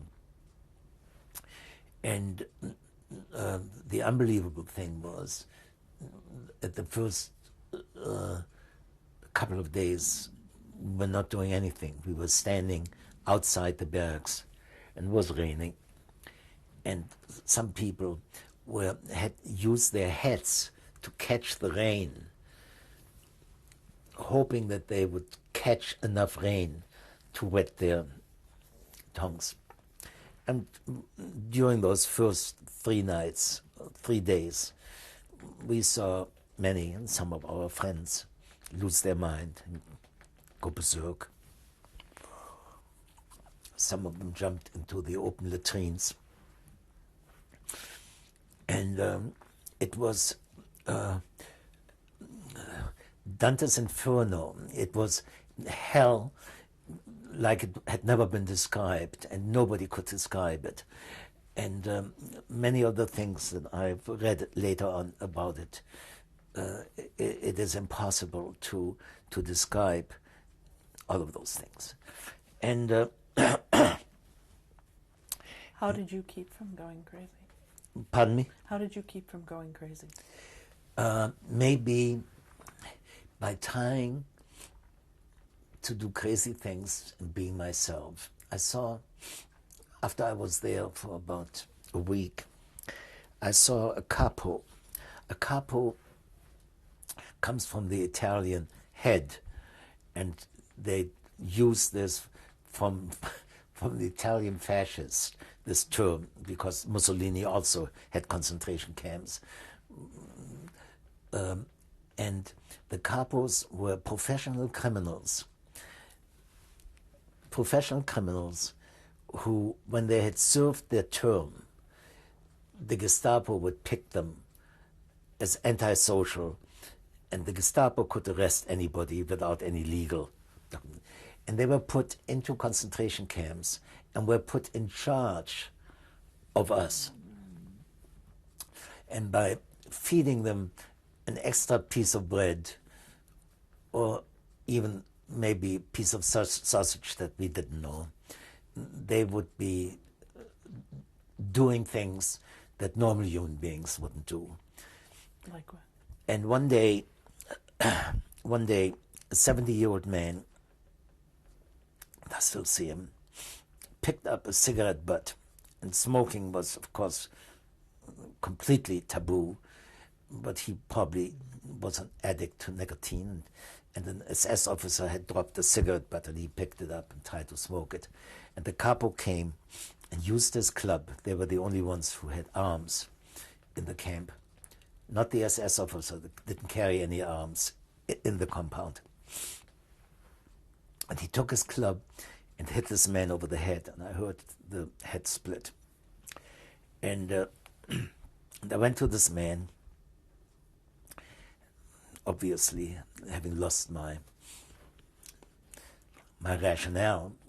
You don't talk ethics to a capo in Buchenwald. But I said to him, if there's a God in heaven, someday you will pay for this. And I had a number. By that time I had a uniform on, a striped uniform with my number. And he said in a Viennese dialect, he said to me, "What did you say?" And I repeated it. And he took my number down. And he said, "You report in 30 minutes to the wash kitchen." And the wash kitchen was a place in Buchenwald where the people who had lost their mind would be taken to. And they gave him hot and cold showers to bring them back to sanity. in reality, they got pneumonia and died there.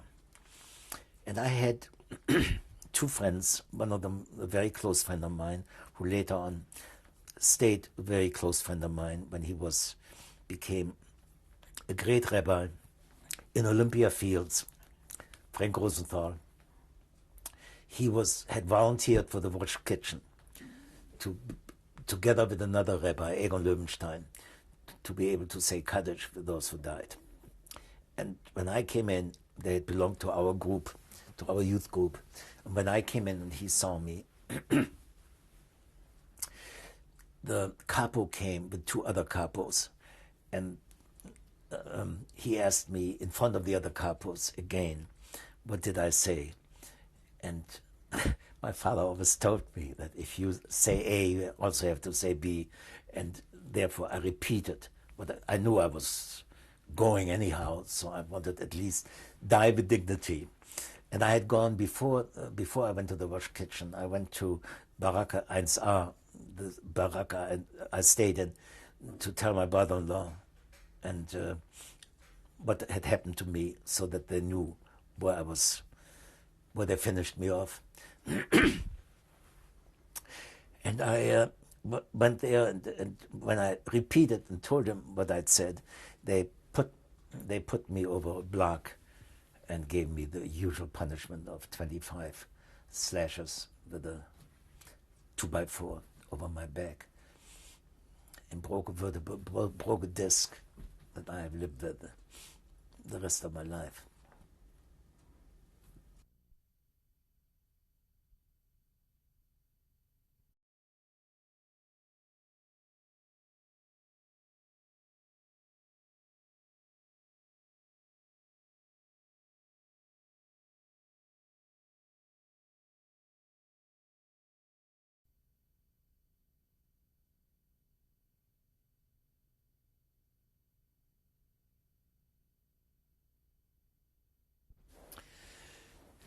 You asked me how the hygienic condition and the food was.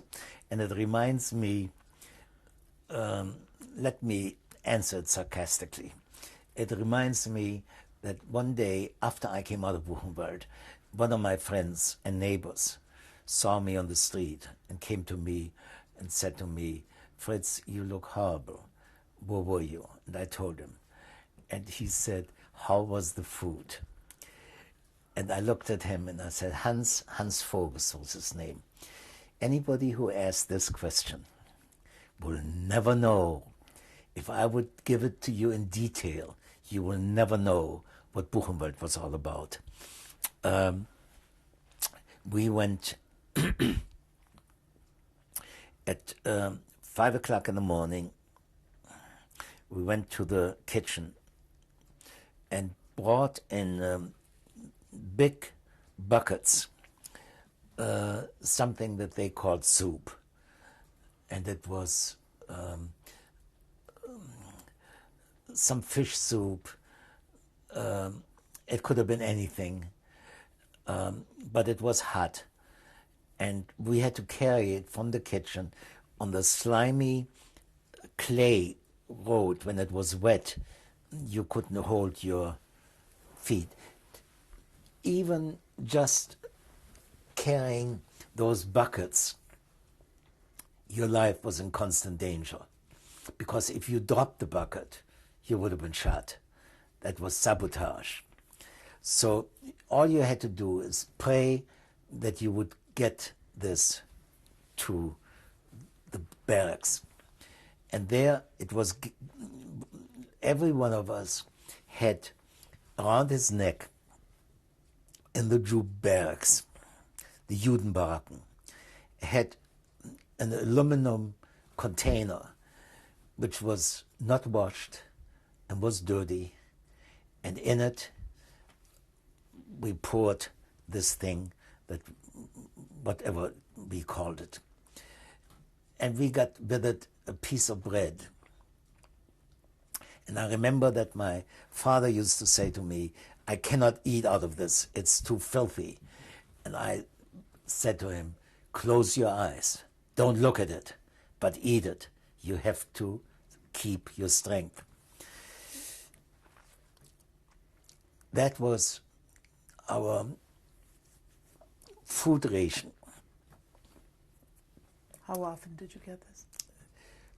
We got a piece of bread, like a loaf of bread in the morning, and we lived on that all day long. And you just hoped that you would ration it carefully enough that you wouldn't run out of it. When it came to the hygienic facilities, there were none. They had dug up near the berg big things that were open latrines. Ditches? Ditches? Ditches, big ditches that were open latrines with trees on which you could sit. And the first 3 days there was a diarrhea, and the most indescribable scenes we saw. People were in pain, and there was no way of cleaning. It was unbelievable. It was so unbelievable that when I finally was released with a friend of mine, who, by the way, was the photographer who did this photo album, Hermann Fleischacker from Hildesheim, he and I got on a train, and we smelled so horribly that we walked away from anybody, from other people, so that they were not exposed to us. Something that hits me right now, as I say, during those months in hell, I never cried. I never had a tear. And the first time I cried was when we came to the Weimar station to get our train back home. Individually, we were individually released. And I went to the Weimar station, and it was late at night, and there were Jewish women from the Jewish organization who were bringing us sandwiches and hot coffee.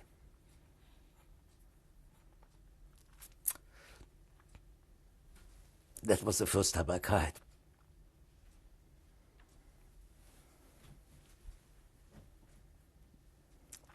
You know, because we were not used to humanity anymore, and this was more than we could take. There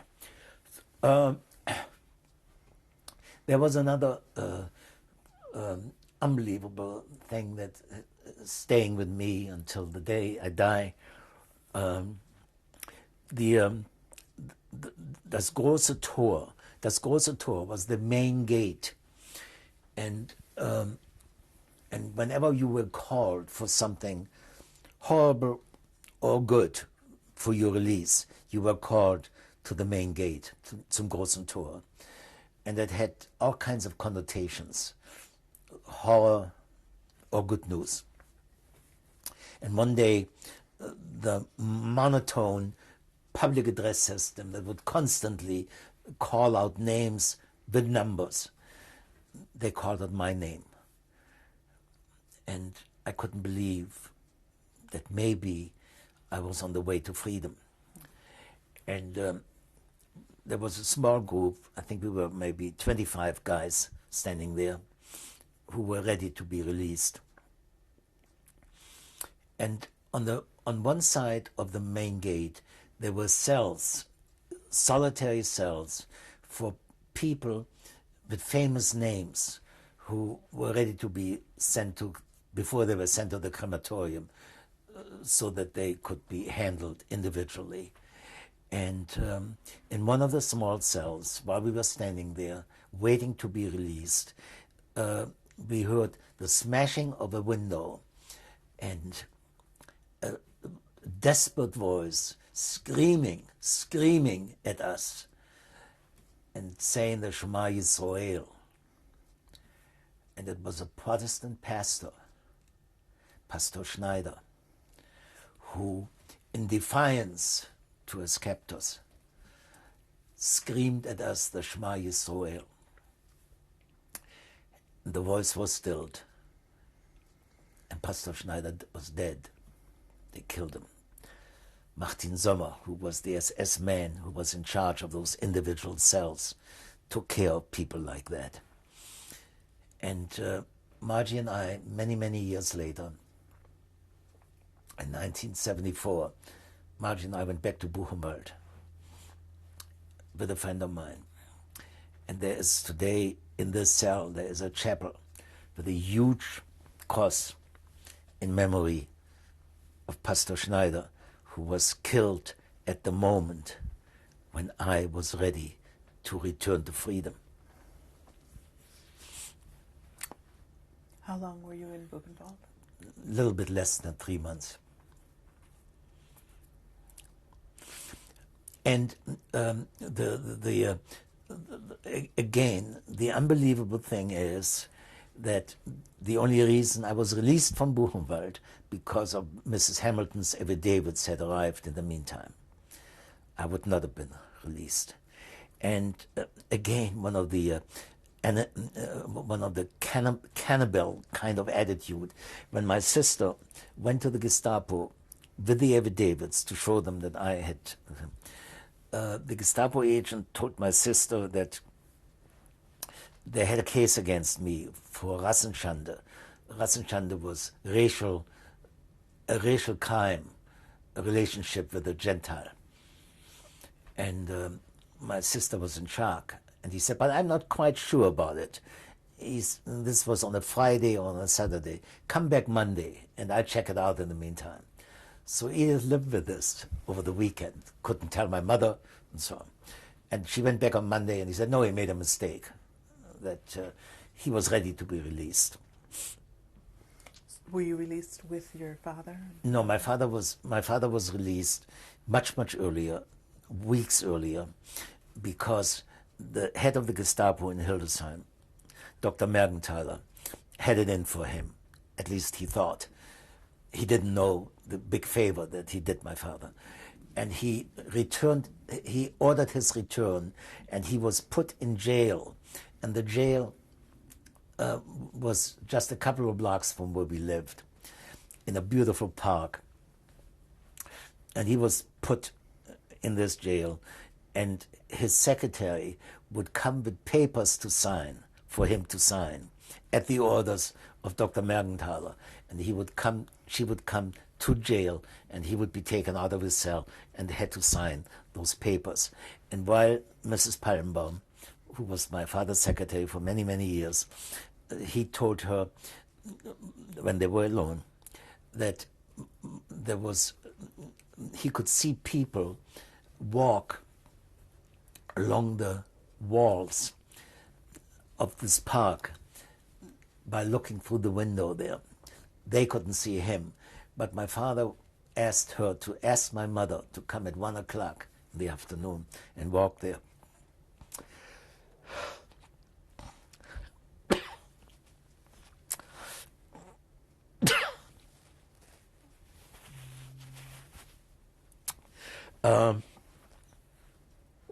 So that was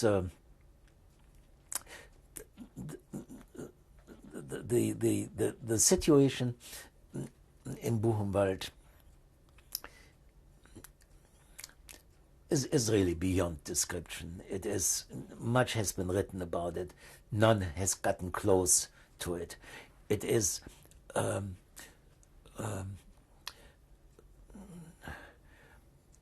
hell couldn't be worse. It was, every moment, the constant fear, every moment you ran into an SS officer and he didn't like your face, that could have been your end. He would call you over and provoke you, and something happened, and he would kill you. My cousin Walter was hit by an SS man because he looked too Gentile, he looked too Aryan. So there was no way, there was no rationale, there was no way for you to anticipate. There was no way of saying, if I do this, I'm out of danger. It could have been just the opposite. By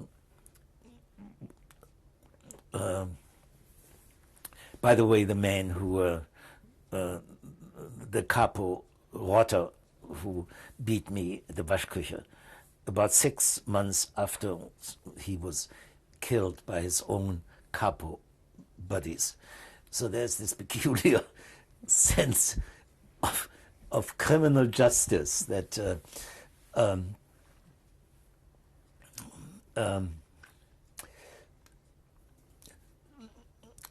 so then when I got back. When your father was released. Oh, so my father was one day taken over to the Gestapo headquarters to be interrogated by Dr. Mergenthaler, and Mergenthaler told him that he wanted to have him sell his house to this and this man, and my father said to him, no, he wouldn't. My father, that was his house, and he would sell it to our next door neighbor, Dr. Clauditz. And Mergenthaler said to him, you know, I can keep you in jail. And my father looked at him and he said, Dr. Mergenthaler, after Buchenwald, there is nothing you can threaten me with. And Mergenthaler somehow told him at the end of these interrogations that you and I, saying to my father, have crossed swords with great bravery, somehow respecting. And one of the nice things that happened after I got out of service, there was an article in a newspaper, British intelligence looking for evidence that Dr. Mergenthaler had been member of the Gestapo. And I wrote to Captain Dane of British military intelligence and told him that not only did I have proof positive, but I was in counterintelligence, and that was my specialty, and that there was no doubt in my mind that many, many times I had gotten a phone call from them when he answered Gestapo, and I had the nachas to find out later on that Dr. Mergenthaler was put in jail again after my affidavit arrived, and he died in jail. Pax vobiscum. When your father was released, did you know where he was released to? Did you know what was going to happen? No, I was still in Buchenwald, you know, but he ultimately got out. Was that a concern when you were left in Buchenwald? Yeah, I didn't know where he had gone, where they were taken. You know,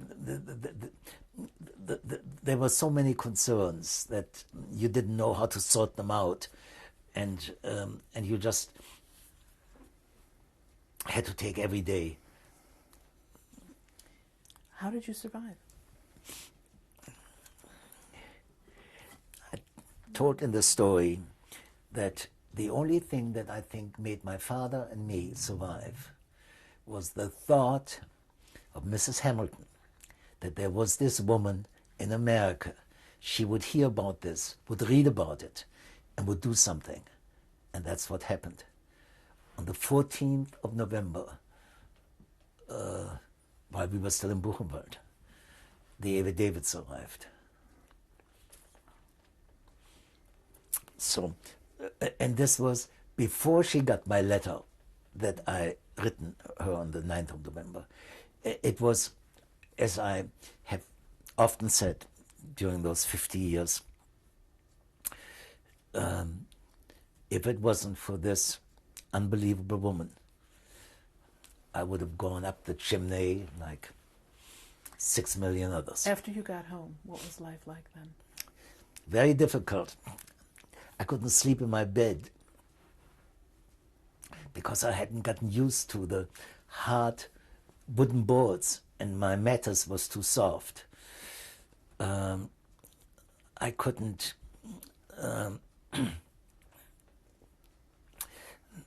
I couldn't quite understand how people could live the soft life. after having seen, and also living with this guilt of knowing that there were thousands of my buddies still there, and I was back home and being pampered by my mother, and so. Could you go out on the street? Yeah, oh yeah. In fact, I said to my father one day, I said, you know, he said, I somehow feel that I going out the way I look, I'm the walking conscience of those bastards. And I made it very, very clear. One day, I went to this woman that I told you about, this professional photographer. I needed an ID card. And I went into her atelier, in her photo atelier. And when she saw me, she almost passed out. And that somehow gave me a satisfaction, you know, because, you know, I wanted them to know, you know, I couldn't talk, I couldn't tell them the details, but all they had to do is look at me and look at my eyes. What was it that you had to sign? That I would, that I was treated well, that there was no physical damage, you know, which was another thing. We were checked out before we were finally released by a prison doctor, by a prisoner who was a physician. And he had to go over and see if everything was all right. And I was scared at that time because of the damage they had done to my back, but they didn't use sophisticated equipment. They didn't know, and I didn't tell them. But I thought that I might have blue spots and so on, but I passed. But you know, these were these constant fears. You never knew what is the next thing that will screw it up. And how did you fill your days when you were home? You couldn't work. Well, our workshop was still there, and I worked. I made a suit for my father, and I continued to work, not professionally, but. How was your mother during this time? My mother was holding up. My mother was the brave, unbelievable woman. She caved in afterwards, after we didn't need her strength anymore.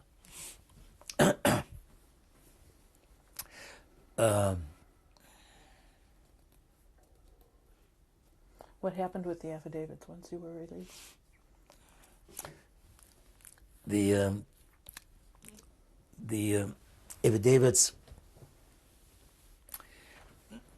were there, but our waiting number, you know, there were waiting numbers that they told us that we might not be eligible to get our visa the next fall, fall 39. My father had a friend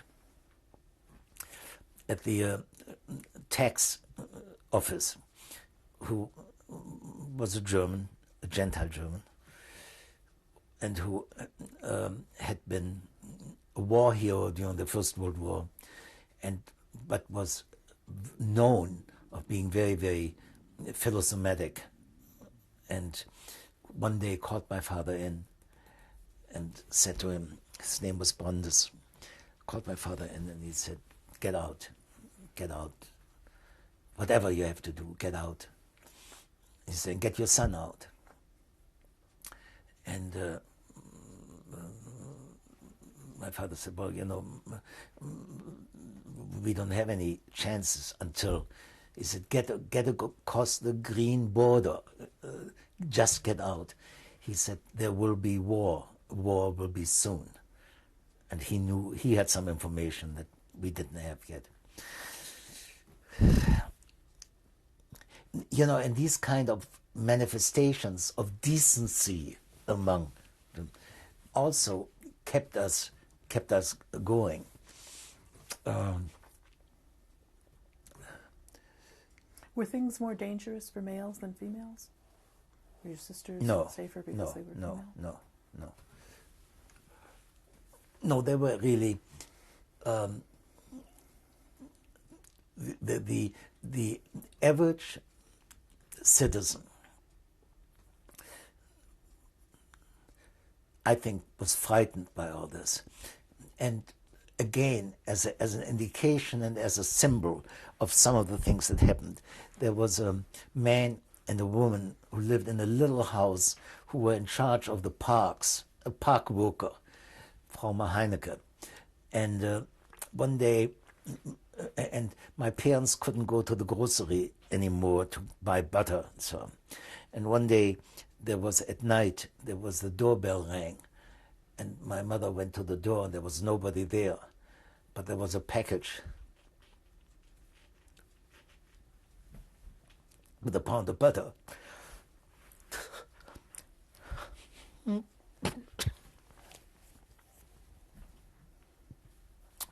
So, which is probably one of the reasons that when people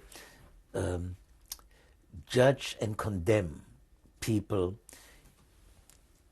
in general terms and say the Germans or the Jews, that is an injustice that I have learned through this whole period should not exist.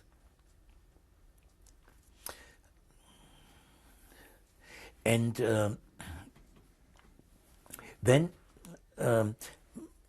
because of what had happened during Kristallnacht, some positive forces came into effect. And we heard about it, that the Archbishop of Canterbury, Cosmo Long, had been convinced by a classmate of his from Göttingen University, Professor James Frank, Nobel Prize winner, who had convinced him, in order to save 5,000 young Jews, to convince the British government to start a camp, and that the Lord Kitchener camp came into existence. And this was in England? And that was in England. It was on the southeast coast of England, near Margate and Ramsgate, near Dover, near Canterbury, near Folkestone. And I was one of the lucky ones. My brother-in-law and my sister left Germany on the 23rd of June, 1939, 8 weeks before outbreak of the war, and went to England. How was it to leave your parents? Pardon me? How was it to leave your parents? Horrible. It was horrible for both of us, because we didn't know. You know, after Buchenwald, we had no illusions. And but the only justification that I felt was that I could work more effectively from England for their emigration. And we went into this camp, which was a prisoner of war camp during the First World War, a very primitive, run-down camp, which we rebuilt. And we lived very primitively on porridge and cabbage in this camp, with a pot-belly stove in the middle of the barrack. But for us, it was paradise. This was it. This was freedom. And we lived in a civilized society among decent people, and we didn't have to apologize. And then the war broke out. And then... and when was that?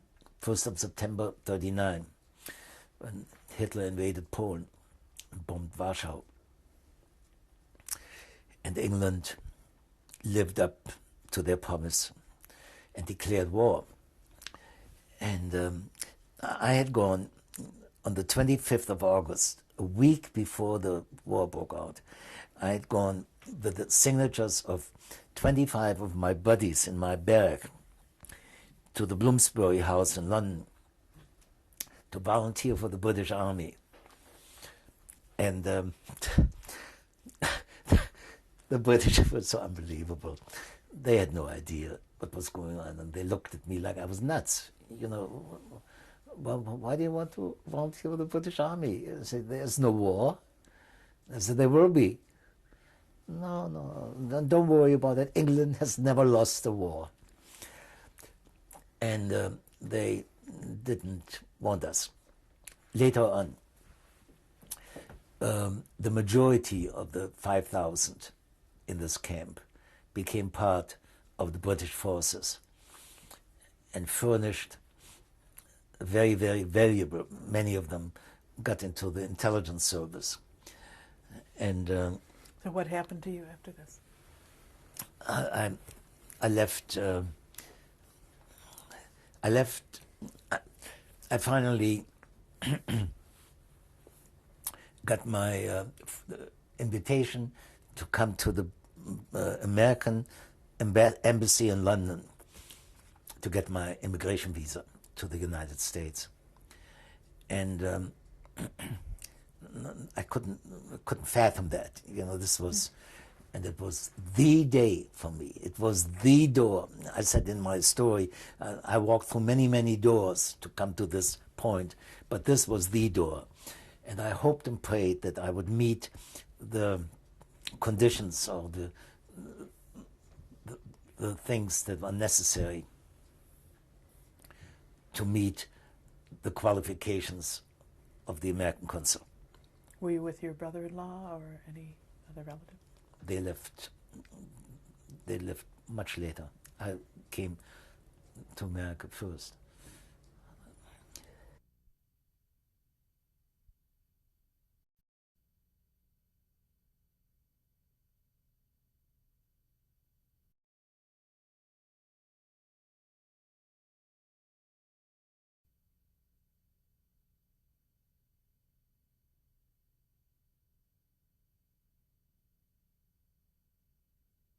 In 1996, Frank Shurman.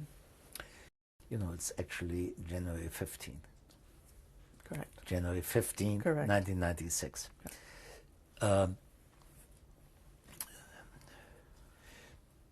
When we finally left Germany on that 23rd of June, 1939, and my parents and my younger sister took us to the train, and it was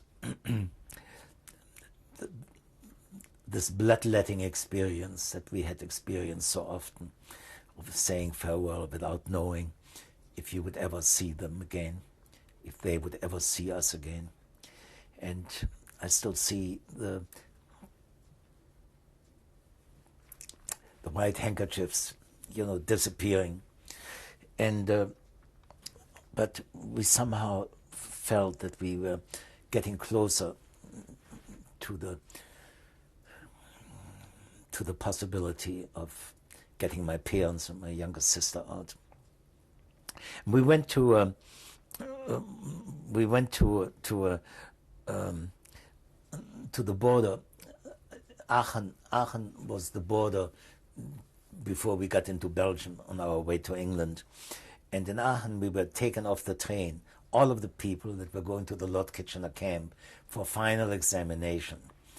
And after the Nazis had stolen, robbed, thieved everything we ever owned, here we were going through an examination where the most unbelievable examination I've ever gone to, where we had to undress and we had to bend over. And they wanted to see if we had hidden diamonds. And we were checked out. And I felt later on that they had saved no effort to make our leaving Germany as easy as possible for us. And we couldn't wait. And then we went through Belgium and we arrived in England. We saw the white cliffs of Dover, in contrast to all the darkness and blackness that we left behind. And we met these wonderful people, and I have always been fond and grateful for the unbelievable hospitality that the English offered us. What work did you do in the Lord And Kitchener? and in the Lord Kitchener camp, the camp was self-sufficient. We had to either work in the kitchen or work in the camp university or do whatever, or rebuild. And we had to rebuild the roads. And it seemed to me that one of the toughest jobs was doing the concrete work of building roads. And since I didn't know yet how tough I had to be in order to survive in the United States, I picked this and volunteered. There were many volunteers for that, building roads, concrete roads. And we had we had a man who was in charge of building roads. He was a former architect from Germany by the name of Hertz. And some of the roads were kept water after every rain, and there was a bon mot in the camp that was saying, you don't need brain to build roads as long as you have Herz, Herz being heart. And there was lots of tension in the camp because of the horrible fears that we had for our beloved ones that we left home. And you became, because after the war broke out, after the 1st of September, there was a complete cutoff. We had no more communications. We didn't know if my parents were still there or if they were on their way to Auschwitz or and so on. At that time we didn't know about Auschwitz. Auschwitz didn't exist then. But whatever. And I couldn't stand it. I couldn't sleep at night. And I started to realize there was one possibility. We had good friends in Denmark. A Danish girl had spent 2 summers as an exchange student at our house, and she and her husband, who was a pastor, tried to get us out of Germany before the war broke out, and didn't succeed. But I wrote my letters to my parents, to Crystal Murch in Denmark, and she would take them out of my English envelope and put them in a Danish envelope and then send them to my parents, and my parents would correspond the same way. And this way we were in contact, even though greatly delayed by 2 censors and by all kinds of other. But it helped us. And then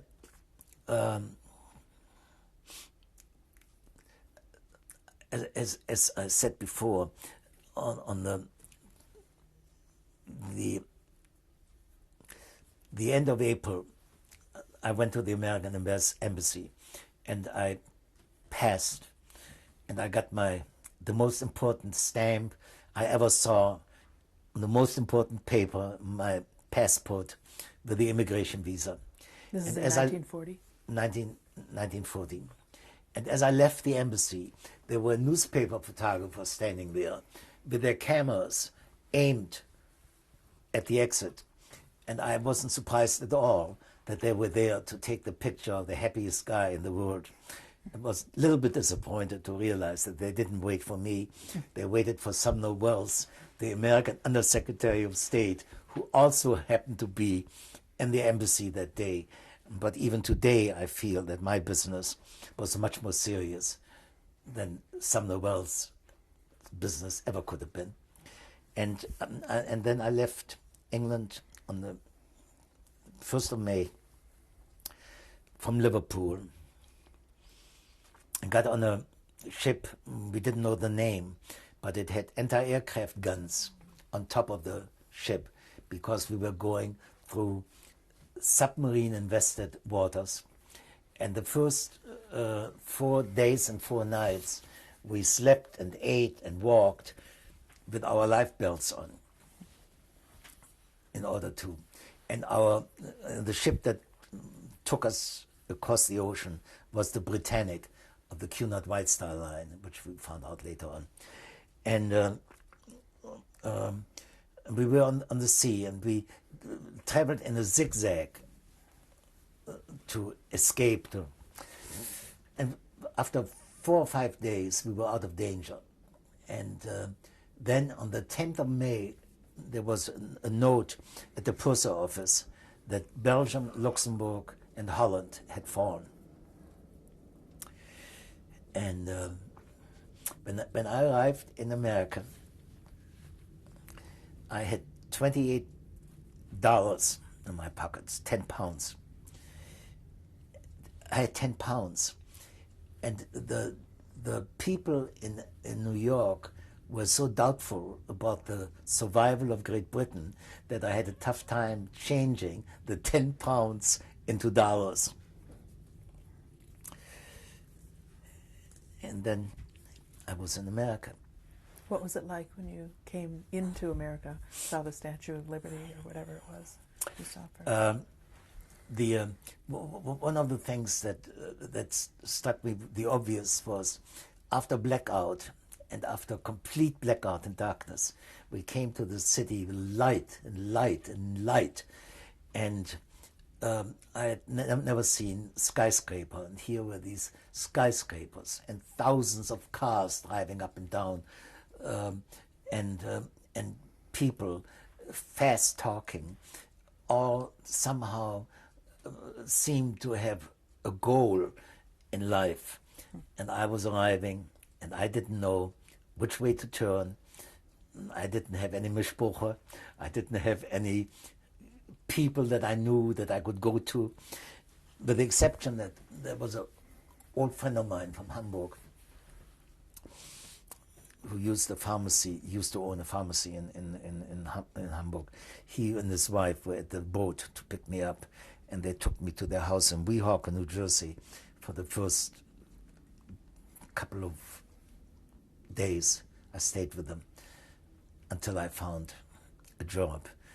And I arrived on a Saturday, and I went to Fifth Avenue on Monday morning and started working for a very fine custom tailor near St. Patrick's Cathedral, Shiner Limited, on Wednesday morning. And then when things started, when the temperature got hot in New York, they told me that they were closing up because all of their customers went to the sea and into the mountains, and they would reopen on after Labor Day. I could have my job back, but in the meantime, I had to live. And I had been, it was stupid of me, too proud to go to an aid agency.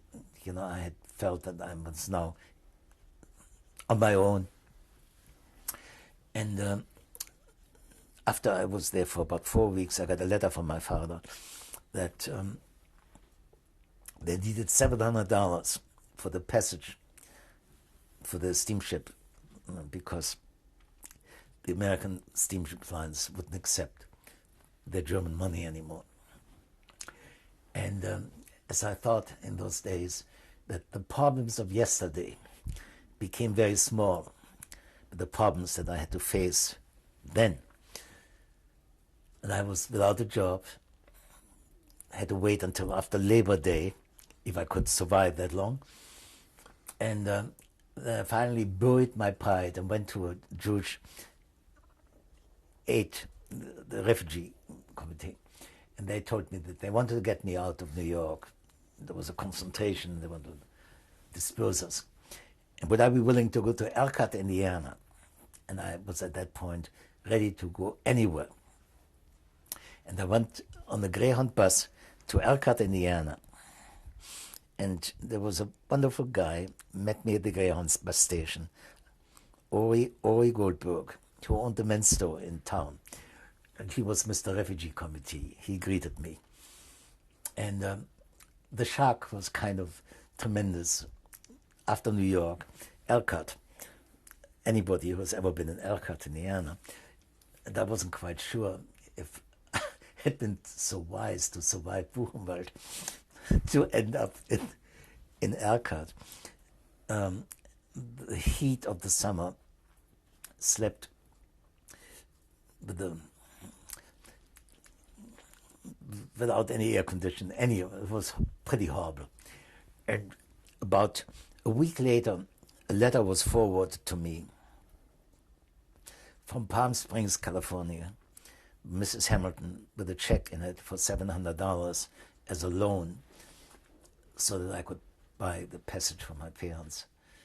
And I took that as an indication of the earlier imperative, go west, young man. And I got on the bus and I told Ori Goldberg that I was leaving Elkhart. And Ori Goldberg assured me that someday I could be king in Elkhart, but I would be a schnorrer in Chicago. And I told him that I didn't believe in monarchy anyhow. I didn't want to be a king in Elkhart. And I left. And wonderfully enough, that when I went in the army, Mrs. Goldberg gave blood to the American Red Cross in my name.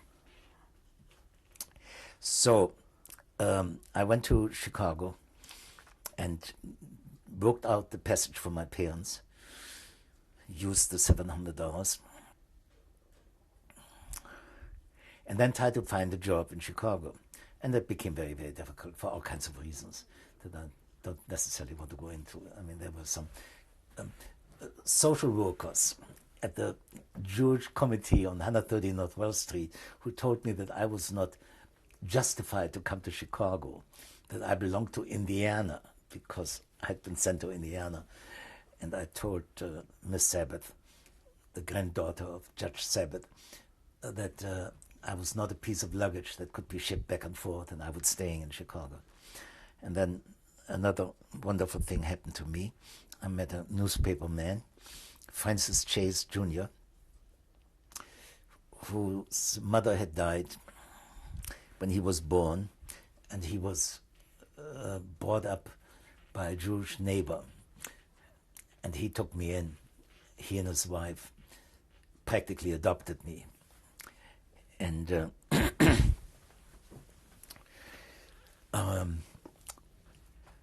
then about 6 months later, I got a letter from my father that they had been called to the American consul in Hamburg and were asked by the American consul who was paying for their passage.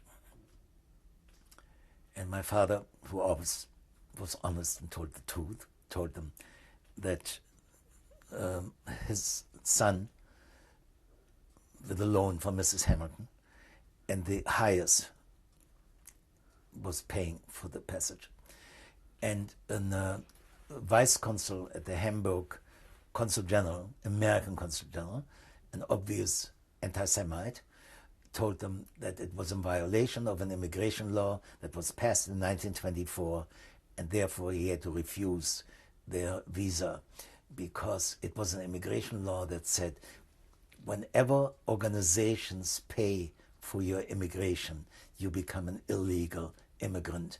And that dated back to 1924, when the steel and coal industry brought thousands and thousands of East Europeans on ships, and in order to protect American labor. So in a misinterpretation of this law, my parents were sentenced to death by Vice Consul Getzinger, and I will not bless his name. And my father wrote me a letter, and it was a letter that looked to me like his last will. It was his last will. He told me what to do with my life, and this was it. And Francis Chase hadn't seen me like you have seen me today a couple of times, and I broke down and I didn't know what to do. And all my dreams had suddenly were wiped away. And Chase, being the wonderful short story writer he was, came up with an unbelievable idea. He had once worked for the Anti-Defamation League for Miles Goldberg as an undercover agent and had interrogated Father Coughlin in Michigan as a newspaperman. And he went that night to the telephone and called Miles Goldberg to ask him if he could see him. And Francis Chase and I went to 130 North Wells Street the next day and talked to Miles Goldberg. Miles Goldberg listened to my story and finally got on the phone and called Senator Barber, the Republican of New Jersey, to ask him to do him a favor and contact the Consul General in Hamburg and guarantee our political reliability. And it was this go-between that ultimately got the visa for my parents. And they arrived here. Was this your parents and your sister? My parents and my sister. What was that reunion like?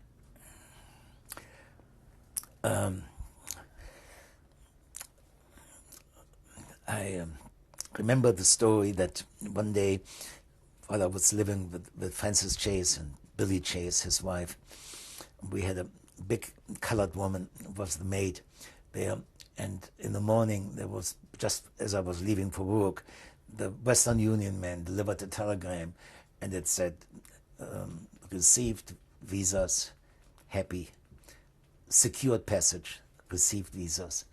And I had opened the telegram, and I grabbed this lady, and she didn't quite know what had happened to me. I was dancing around with her, screaming at things in a language that she didn't understand. And then afterwards I went to my newspaper man at Howard Street, and I was bought my newspaper from a little Jewish fellow, and I hugged him, and he didn't know what had happened to me.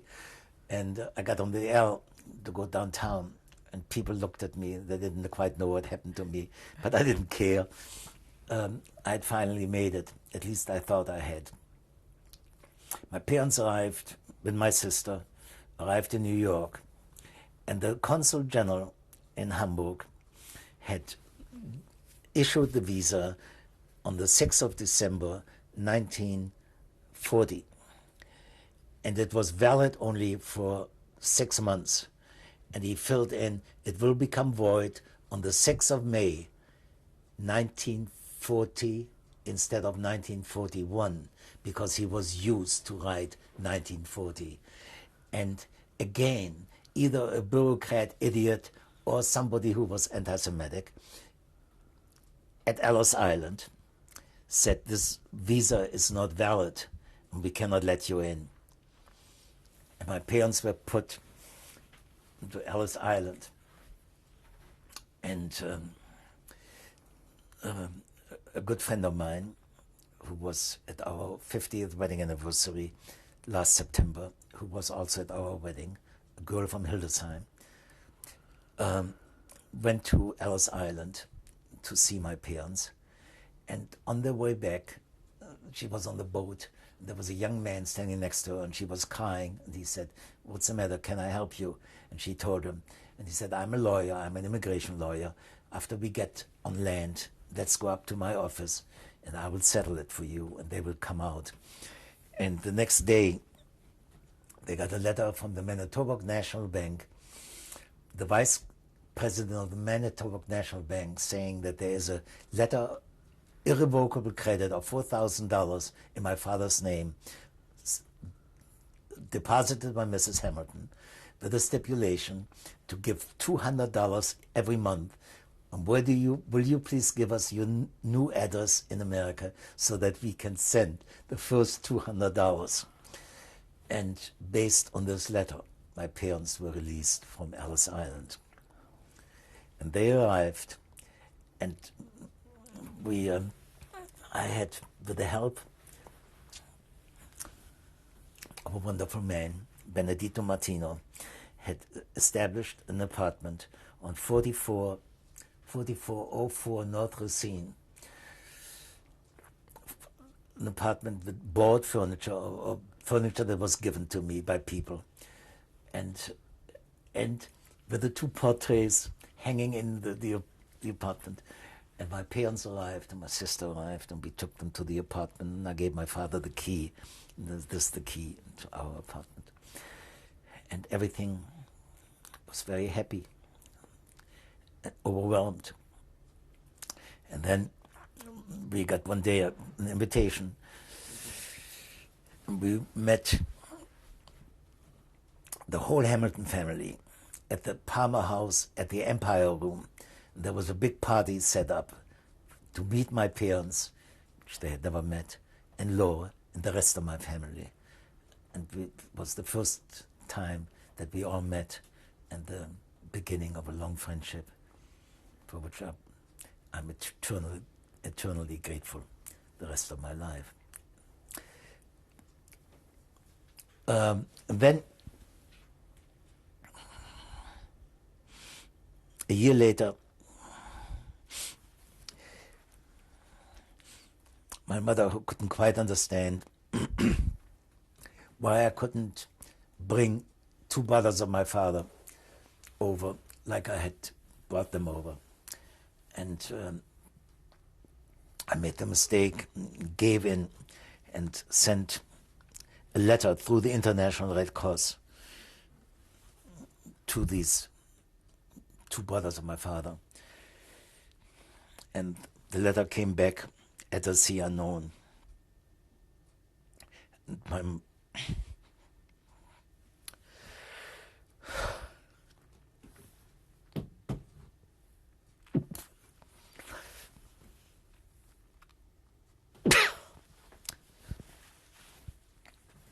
My mother was home alone when the letter came.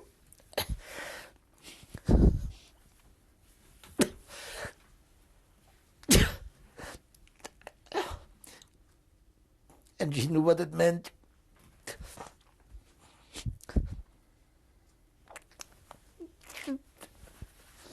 What did it mean? She committed suicide.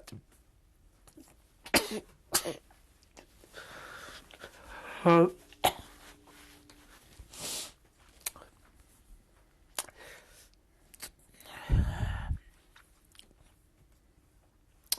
we thought this was the end without ever having a new beginning. But little by little, we got back on our feet. And my sister had, in the meantime, had found a job working as a secretary in a real estate office. And my father ultimately was asked to join this office. What do you think it meant to your mother to know that her brother? I think it meant a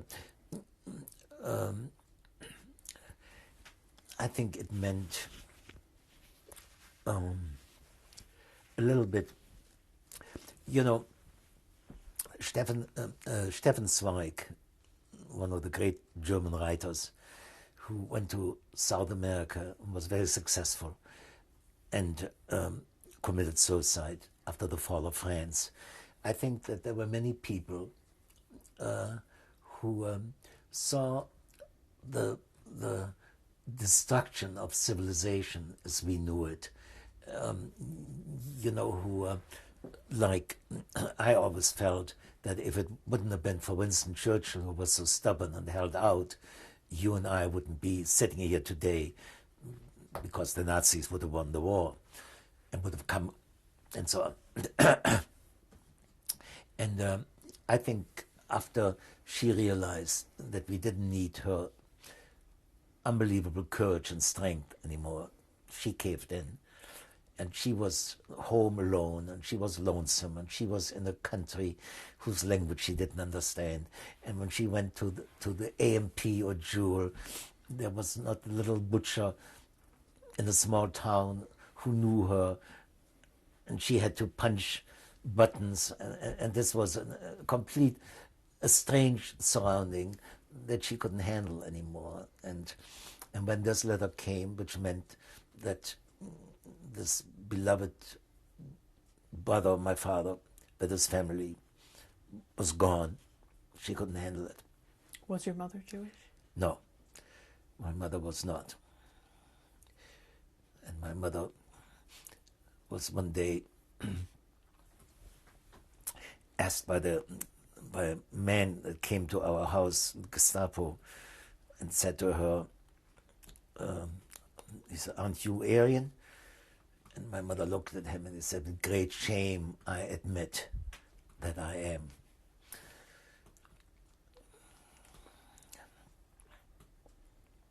my mother was also the one who, when I was trained for my bar mitzvah and came down 10 days before my bar mitzvah, after studying the Siddur for many, many months, and the brochos and the parsha and so on, said I came down with scarlet fever, and our husband came to my mother and he said, "This has never happened to me before." He said, "Here's my student. I finished him. I was ready, and now he got scarlet fever.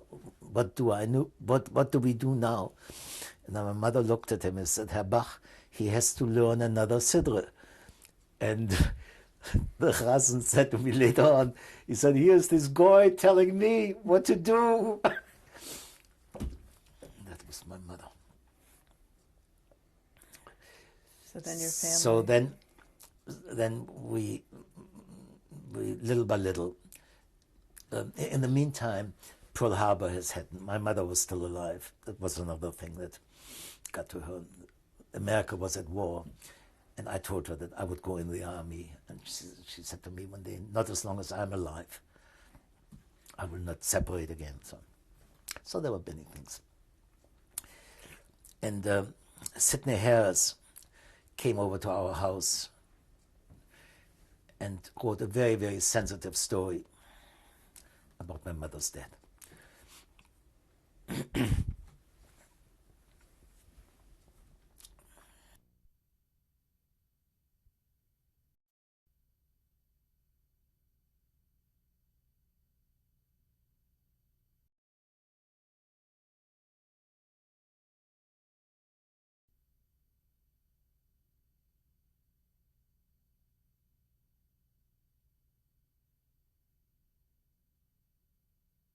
And then you joined the army? After we got our things organized and started to realize that life had to go on, and I felt that my father and my sister were economically on a basis where they could support each other, support themselves, I was determined now to get into the army. The peculiar thing was that I went to a draft board in Evanston, and here were these harmless, good citizens who looked at this guy who was legally still a German, and he wanted to get in the American army. So what was wrong with this guy? And I couldn't explain it to them, and they told me that they had to have the FBI check me out first before they could accept me. And I had given up everything I had done up to this point, and I got a job through a friend of mine who said to me he knew the personnel manager at Sears Roebuck, and I got a job at Sears Roebuck. And they knew that I was waiting to be called into the service, but somehow we got along beautifully. And one day somebody came and shopped me, Bullmark shopping service, and I must have had a particularly good day, and I got rated so high that I was called to the store manager, who told me that Sears Roebuck had plans for me. After I came out of service, they wanted to put me into executive training, and I somehow felt kind of happy, because I had heard that after the First World War people were selling apples, and at least I had a chance to work with Sears. And it was somehow kind of a come down for me when 2 weeks after this meeting with Mr. Simmons, I was called into personnel, and there was a new gal in personnel had a job to interrogate or interview people who had a shortage or an overage in their cash register. And I tried to explain it to this gal. Then it was very simple, and it happened often, that because of the 7 cash registers, there was an overage or shortage of whatever. And I had a shortage of 1995. And to make a long story short, she ultimately told me and threatened me that if I wouldn't sign the statement that I had been interviewed, that she had to turn it over to the store manager. And I told her to go ahead and turn it over to the store manager. She didn't know that the store manager and I were on really good terms. But in the meantime, I became interested in that girl. And ultimately, this cute little girl at personnel at Sears became my wife. And she, after I went into service, she went into service, and she went to the Coast Guard Academy in London, Connecticut, and got her commission. And it was my particular tragedy that not only did she find that I had a shortage in my cash, but she also outranked me. I was an enlisted man, and she was an officer. And I figured, c'est la guerre, c'est la vie, so be it. Then I went in the army, and after I was through basic training, on the 11th of November, we had to pass the commanding general because of Armistice Day, 1942. 1942, and it was a bitter cold day, and the winters in Virginia can be miserable. And all of these guys, my buddies, were cussing about this horrible cold winter. But they didn't know that it was the 11th of November that we were marching. And 5 years earlier to the day, I arrived in Buchenwald. And this time, I was marching with a gun on my shoulders, in American uniform, passing the American flag, the symbol of freedom and dignity for man. And I was very happy without being able to explain to them why they shouldn't cuss. So my army career was a very, very interesting one. And if I would have designed it myself, I couldn't have done a better job. I finally ended up, I first was in a prisoner of war camp in Camp Ashby, Virginia, where we had 3,000 Afrika Korps prisoners in the camp who had been transferred from Camp Forest, Tennessee, from another camp where they were running the camp. And now they came into Camp Ashby. And one day my commanding officer called me in and told me that 3 days after they arrived, that they had gone on strike. And he didn't know what to do with them. And he said, you treat these bastards like human beings, and look what they are doing to you. And I looked at my commanding officer. I was a private, had just gotten out of basic training, and I didn't know if I should have the nerve to tell him what I wanted to tell him. And I looked at him and I said, Colonel, if you give me your authority for 24 hours, I think I can straighten them out. And he was under enough pressure because the man who owned the fertilizer plant in Suffolk, Virginia, was the brother-in-law of the commanding general of the 3rd Service Command. And he knew he had to solve it. So he called his adjutant in and he said, whatever Shurman tells you, you go ahead and do. And I was, at that particular moment, I was in charge of the camp. And the first truckload of prisoners arrived with their big Afrika Korps white caps on. And the first guy got off, and I asked him, I said, are you on strike? And he said, yeah, I'm on strike. I said, 2 weeks bread and water, sergeant, take him over there in the guardhouse. And the next guy got off, told him the same thing. And the third guy tried to get wise and said, no, he was not on strike. He couldn't take the fertilizer dust in the fertilizer plant. And I knew that he wanted to trick me in violation of the Geneva Convention, which we had studied. And I looked at him and I said, what outfit did you belong, by the way, in the army? He said, I was in the Afrika Korps. It was obvious to all of us. And I said, I have never been in Africa myself, but let me ask you something. I said, there was a sandstorm in Africa, and General Rommel ordered an attack for 3 o'clock. Did you go to him at 2 o'clock and said, Irvin, let's call it off. It's too dusty here. And they all started to laugh, except this guy. He didn't think it was funny. And he said, that's different. He said, at that time I was still a soldier. He said, you're not a soldier anymore? He said, no. I said, all right, you all heard it. 4 weeks bread and water. He said, you can't do this to me. According to Geneva Convention, you can only give me 2 weeks bread and water. Only for soldiers. I said, you're not a soldier anymore. And from that moment, the atmosphere changed. And the guys, from then on, did not go on strike anymore. And we were running the camp. And then one day, I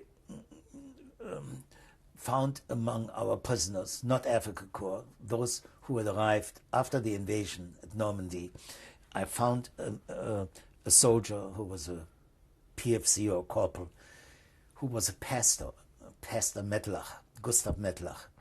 And I called him in, and I asked him if he would help me. And I said, help me to make human beings out of these animals. And he said, what do you mean? I said, I want you to conduct Sunday morning church services every Sunday morning and see if we can re-educate them. And he said, they won't come. And I said, why? He said, the Nazis in the camp won't let them to attend church service. And I said, let's not call it church service. Let's call it Sunday morning celebration. And talk about all kinds of things that you want to talk about. Good things. And he accepted it, and we started out. And I had the satisfaction of having my anti-Nazis in the camp come to me and said there's something going on, and they didn't know that I was the spiritus rector of this Sunday morning celebration. They thought the Nazis had organized it. And ultimately, we ended up with hundreds and hundreds of prisoners who every Sunday morning went to the service. And ultimately, I said to Metlach one day, and I said, now let's move this camouflage and start to teach ethics and start to teach religion and so on. The thing that I got a big kick out of that was one day there was a pastor who had come to Camp Ashby, an American pastor, and who told me after a couple of Sundays that he couldn't waste his time on those 4 guys that came to church to him. And when we had ultimately had hundreds of these people there, I called him and I said, you know, if you have free time on the next Sunday, why don't you come to Camp Ashby? I would like to show you something. And I took him to the church services of Camp Ashby. And he sat there and he says, I don't believe this. And I said, what do you mean? He said, you don't believe? He said, how did this happen? And I said, you know, Pastor, I said, I'm Jewish. You know that. He said, yeah, I know. And I said, 2,000 years ago, another Jew tried to teach you what later on became Christianity. And that's all I did. And ultimately, I was transferred out of Camp Ashby and transferred to 3rd Service Command Headquarters in Baltimore into counterintelligence. And we formed a team of 5 agents who somehow had a little bit the same background as I had. We had one fellow from Holland, Jewish boy from Holland, and others who were trained to become interrogators and do political classification of prisoners, and do political classification so that AMG, Allied Military Government, could use our classification done in the peace of an American PW camp for reconstruction of Germany after they were being sent back. Our classification sheets were part of their personnel file. And it was an unbelievable, fascinating work that we did for a couple of years. And we had 300,000 prisoners of war in America, and many of them in the 3rd Service Command that we classified. And at the same time, we did war crime investigation as we ran across things. What were some of the most interesting war crime investigations? I found a guy who who was in the SS Hohenstaufen, who during the Battle of the Bulge had captured, his outfit had captured members of the 101st Airborne Division. And he participated in the killing of 25 of enlisted men of the 101st Airborne Division. And, you know, those things didn't just come to you. It happened that one day a prisoner of war who was an anti-Nazi came to me and told me that while he was in Oxford, England, in a prisoner of war camp, this man, Fritz Selke, had bragged about the fact that he had participated in this killing. And that is all he knew. So I had Fritz Selke transferred from his camp in Virginia to Maryland, where I interrogated him. And he was in a camp where there were many other SS men there. And he didn't know what he pretended he didn't know what I was talking about. And I had to use my CIC technique that we had learned.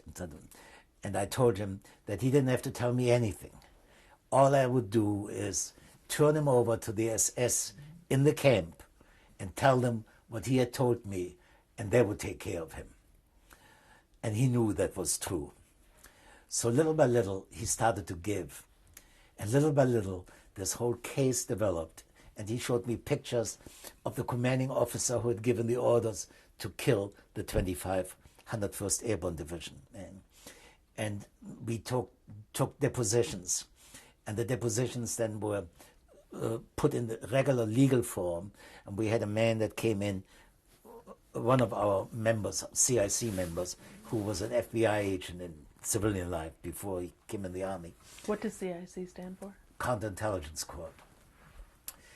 And so we have this regular deposition, where question and answer, so that ultimately this deposition could be used to sentence him as a war criminal. And that went with this file. And then there were things that I had in Fort Meade. The intelligence officer was a man who was a very tough guy, big Irishman, who was in the 101st Airborne Division, had been wounded, sent back, and was now the intelligence officer in the prisoner of war camp in Fort Meade, Maryland.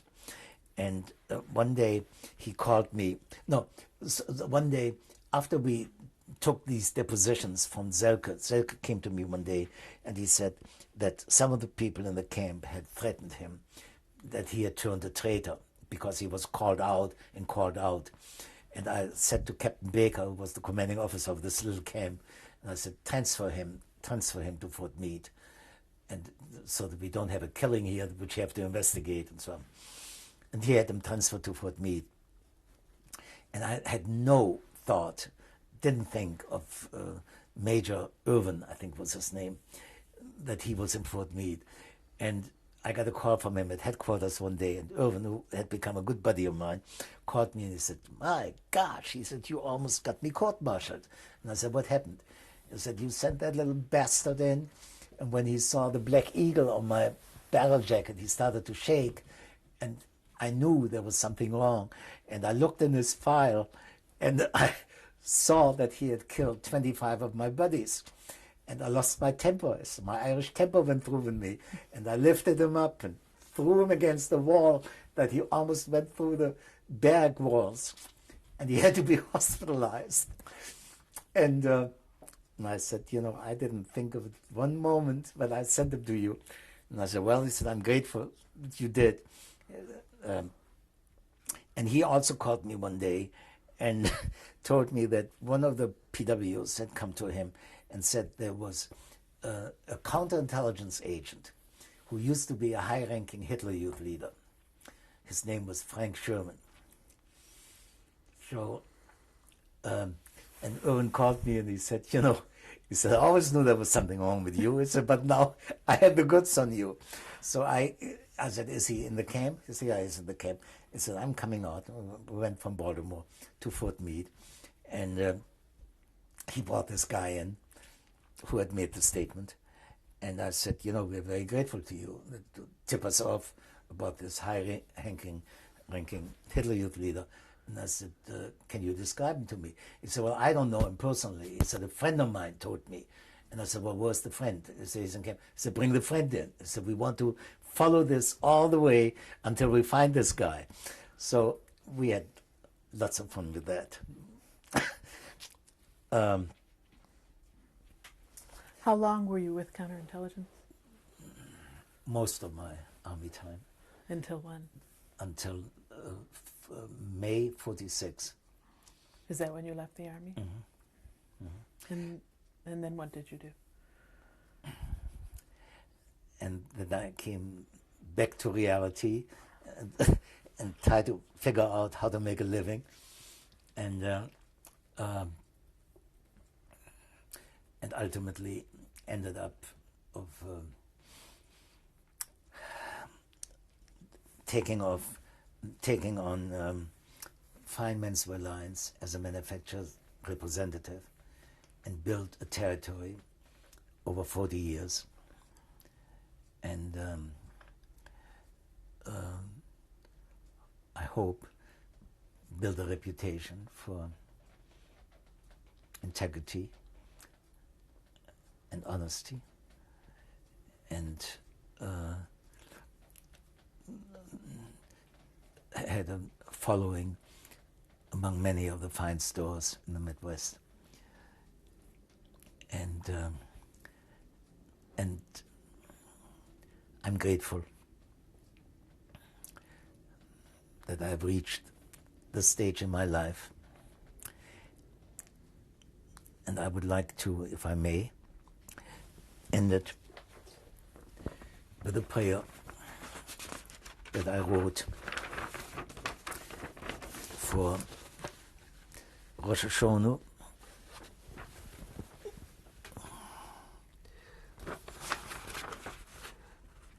in 1991, and it says, it was the 9th of November, 1938, almost 53 years ago. About 75 men of our congregation were led by armed SS around our burning synagogue, our house of worship, for 90 years. A day later, we stood with 11,000 other Jews on the bitter cold, windswept mountain they called Buchenwald. In the weeks and months to come, we saw the beast in man. We saw our tormentors in all their cruelties, creatures with human faces, but without heart or soul, without the qualities which transform beings in human beings. We were witness to the very beginning of the Holocaust. We had no illusions about our future. Man said their last prayers. For the first time in my life, I prayed with all my soul. Shema Yisrael Adonai Eloheinu, Adonai Echad. It gave me new strength. I was not alone. Adonai, you were with me. These months challenged the very foundation of our physical and spiritual existence. Our religious values and our faith were constantly exposed to extreme tests and doubts. Would one of us escape this inferno to tell the outside world how we died? In humble and deep gratitude, O God, I thank you for the gift of life. I have been deeply aware of the fact that the last 53 years of my life have been a special bonus. I too could have been in the number of the 6 million. But most importantly, I'm grateful for your guidance during those years. I was searching for your way. You taught me, and I believe in teshuva, between man and God, and between man and his fellow man. I believe that it is possible for people to repent and to change. I believe that people who seek to repent should be given a chance to do so.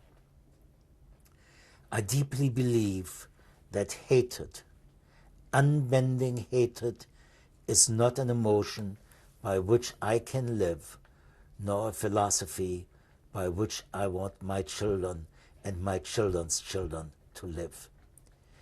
Hatred does not open a road to the future of civilization. It does not pave the way toward God's kingdom, Judaism's hope for peace on earth. O Lord, in your great mercy, you led Margie and me back to that once sacred and now desecrated place where our synagogue had been burned into ashes on that very day 50 years earlier. In your great mercy, you made it possible that over 800 citizens of my hometown witnessed the dedication and consecration of a magnificent memorial crowned by a bronze replica of the temple in Jerusalem as a memorial for those millions and as an admonition for a new generation who were there to ask for redemption.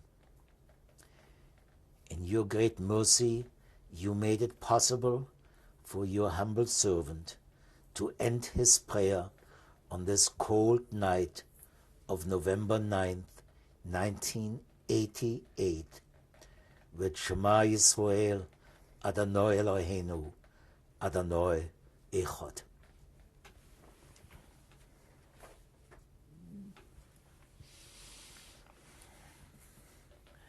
Have you been involved with Germany since the war? Yes. In what way?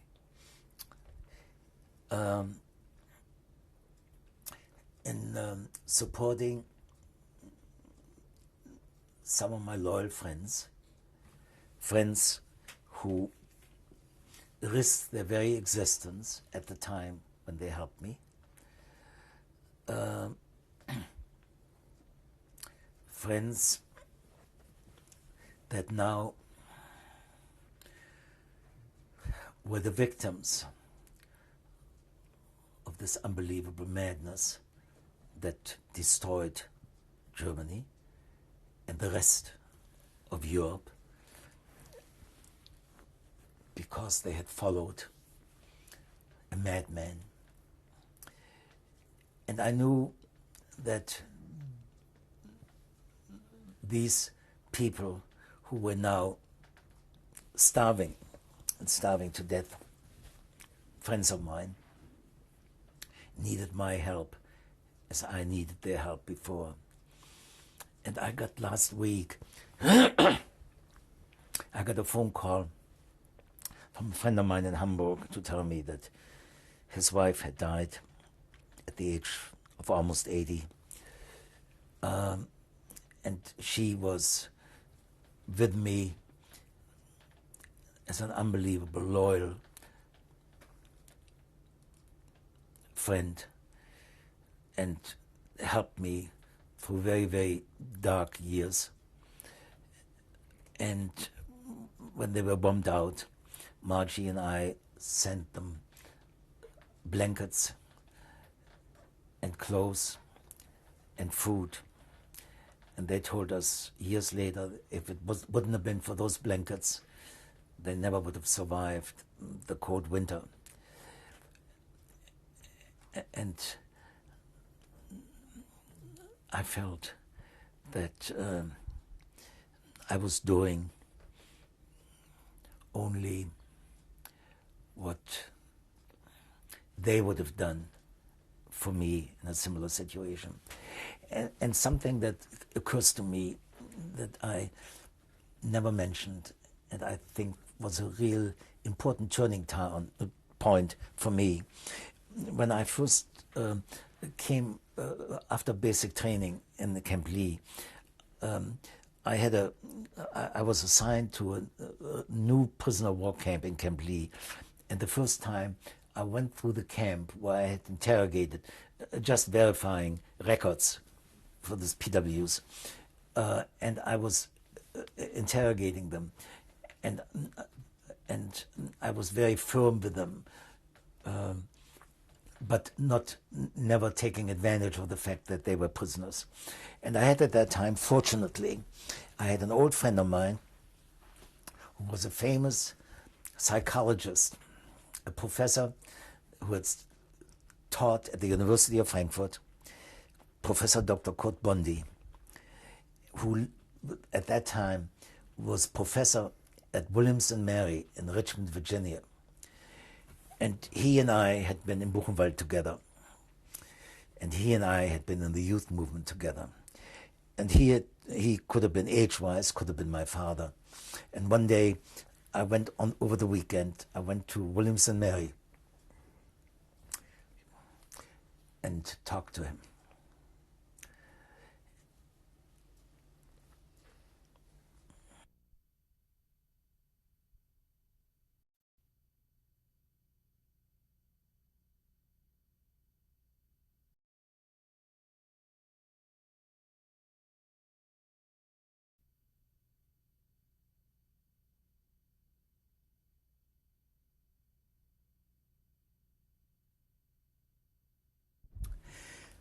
I went to Richmond, Virginia, which was near Camp Lee, Virginia, to see my old friend, Professor Dr. Kurt Bondi. And when was this? When was this? In 1943, beginning of 1944, and told him about my experiences of meeting for the first time, going through the emotional experience, going through a prisoner of war camp when the gate opened and I saw the guard towers surrounding the camp.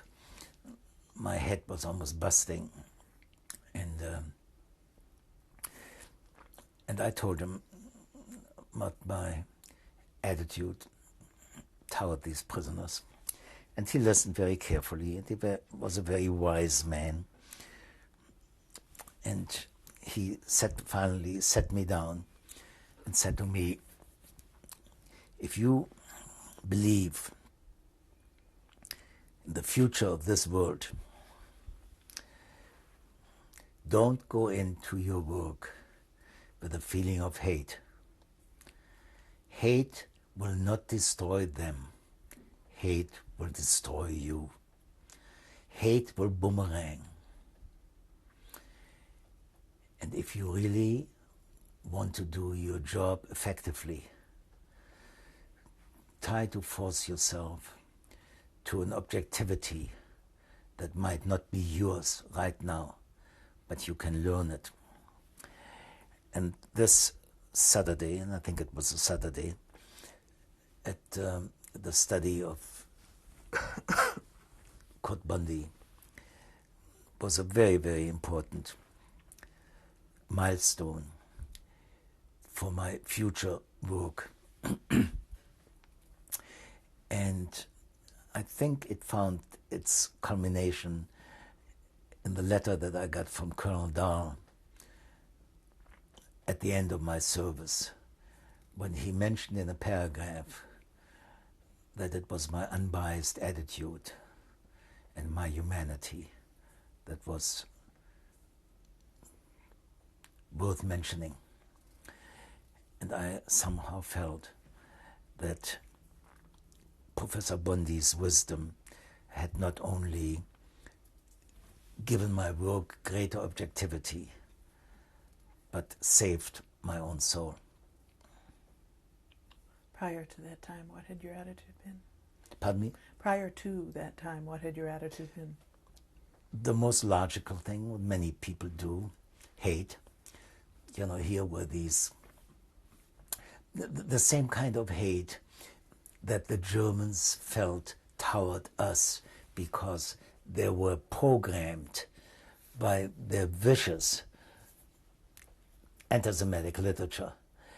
And it is a little bit like we later on found out in South Pacific, in that beautiful phrase, it is so easy to teach hate. And I think we have seen it so many, many times over in the last few years, what hate can do to us. We have seen it most recently with the killing of one of the great men that Israel ever produced. And I was, at that time, when I heard the news and watched the program, I went completely, broke down like I broke down today. And I think it may be also an indication of what I have been striving for, that 2 days after the assassination of Rabin, I got a long-distance call from a friend of mine in Bonn, Germany, who is just retired recently as German ambassador to Italy. And he called me because he had to talk to somebody who had an affinity for all this. And he said, Frank, are you aware of the tragedy, not just for Israel, but for the world, that this assassination has caused us? And the assassination you're talking about is Yitzhak Rabin, the Prime Minister of Israel.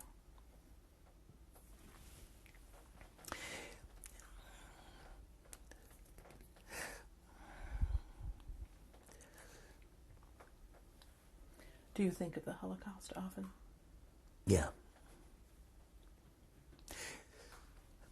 And you know, maybe not of the Holocaust in the terms of Auschwitz, but of the destructive forces that were set into motion by this evil man in so many, many different ways. How he destroyed families, how he destroyed so many Einsteins and so many Mahlers and so many, and so on and so on.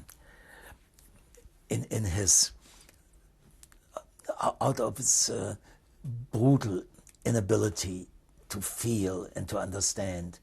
And that is true, of course, with all the Nazis. And I have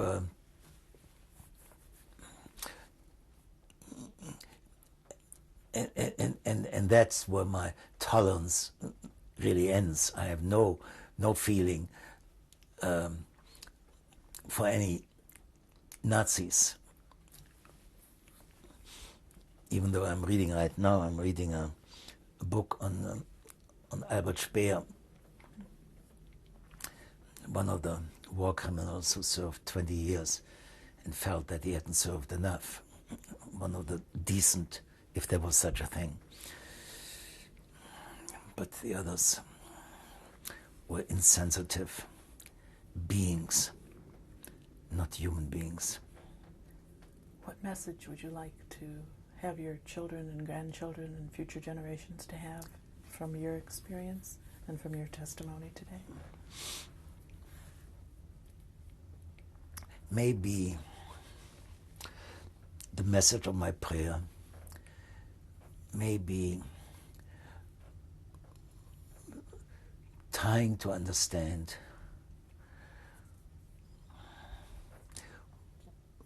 what makes us all tick, trying to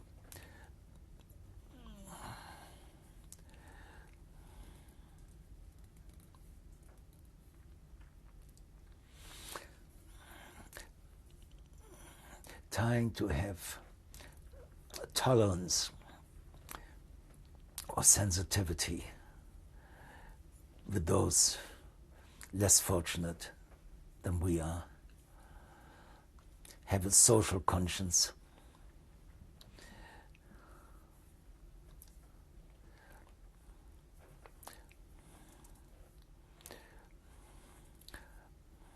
walk in humility,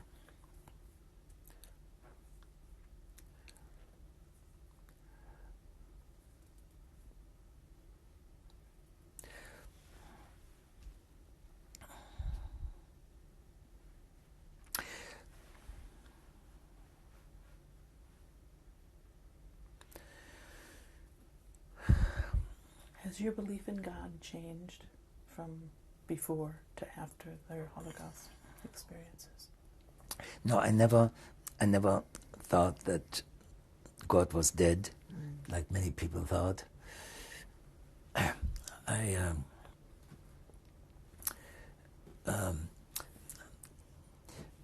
think that God gave us a choice, and mankind sometimes fouls things up and makes it impossible for us to do God's will. I don't see God as somebody who sits there and manages things. I think that he or she or this being has laid out basic rules, and it is so hard for us to obey them.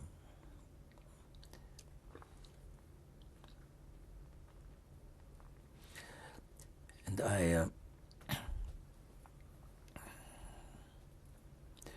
I'm deeply touched constantly by those who had the moral courage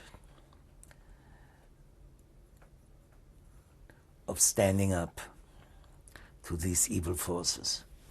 And I think right now of somebody who, to me, was always somebody who,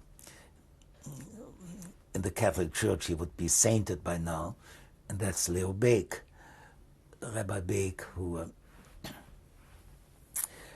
was the chief rabbi of Berlin and was taken to Theresienstadt. And in his arms, two of his sisters died. And one day, at the special orders of Eichmann, there was an order out to kill Leo Baeck. And his name was called out. And the Dr. Baeck answered the call, but not Leo Baeck. There was another Dr. Baeck, a physician, and he knew that one day he would have to die, and he gave his life for Leo Baeck. And 2 days before the liberation of Theresienstadt, or 3 days, Eichmann came to Theresienstadt and found that his orders had been disobeyed, and he talked to Baeck. And he said, this mistake will be corrected. And then 2 or 3 days later, the Theresienstadt was liberated and Baeck was saved.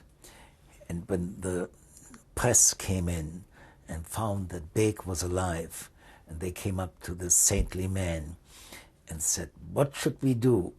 What should we do with the perpetrators of all this? And Baeck looked at them and said, let's go back and teach the book.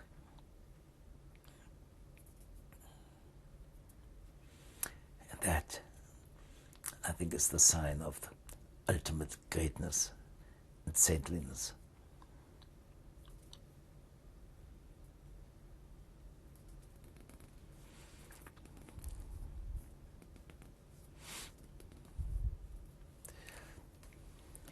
Is there anything that you'd like to add briefly that we didn't cover during the interview? I think I covered to the best of my abilities. Thank you very much for sharing your story with us today. Thank you. Appreciate it. This is my father, Willy Shurman, born 1886 in Pattensen, a little town near Hanover, Germany. And when was this picture taken? And this picture was taken in 1946 in New York. This is my mother, Alma Shurman, née Müller. This picture was taken in Hildesheim, Germany in 1938. This is Frank Shurman. At that time, his name was Fritz Shurman, and it was taken in Hildesheim in 1938. This is my sister Edith Rehfeld, née Shurman. This picture was taken in 1938 in Hildesheim. She now lives in Scottsdale, Arizona. This is my younger sister, Hannelore Shurman, now living as Lore Graham, the widow of the American ambassador Pierre Graham in Bethesda, Maryland. The picture was taken in 1938 in Hildesheim.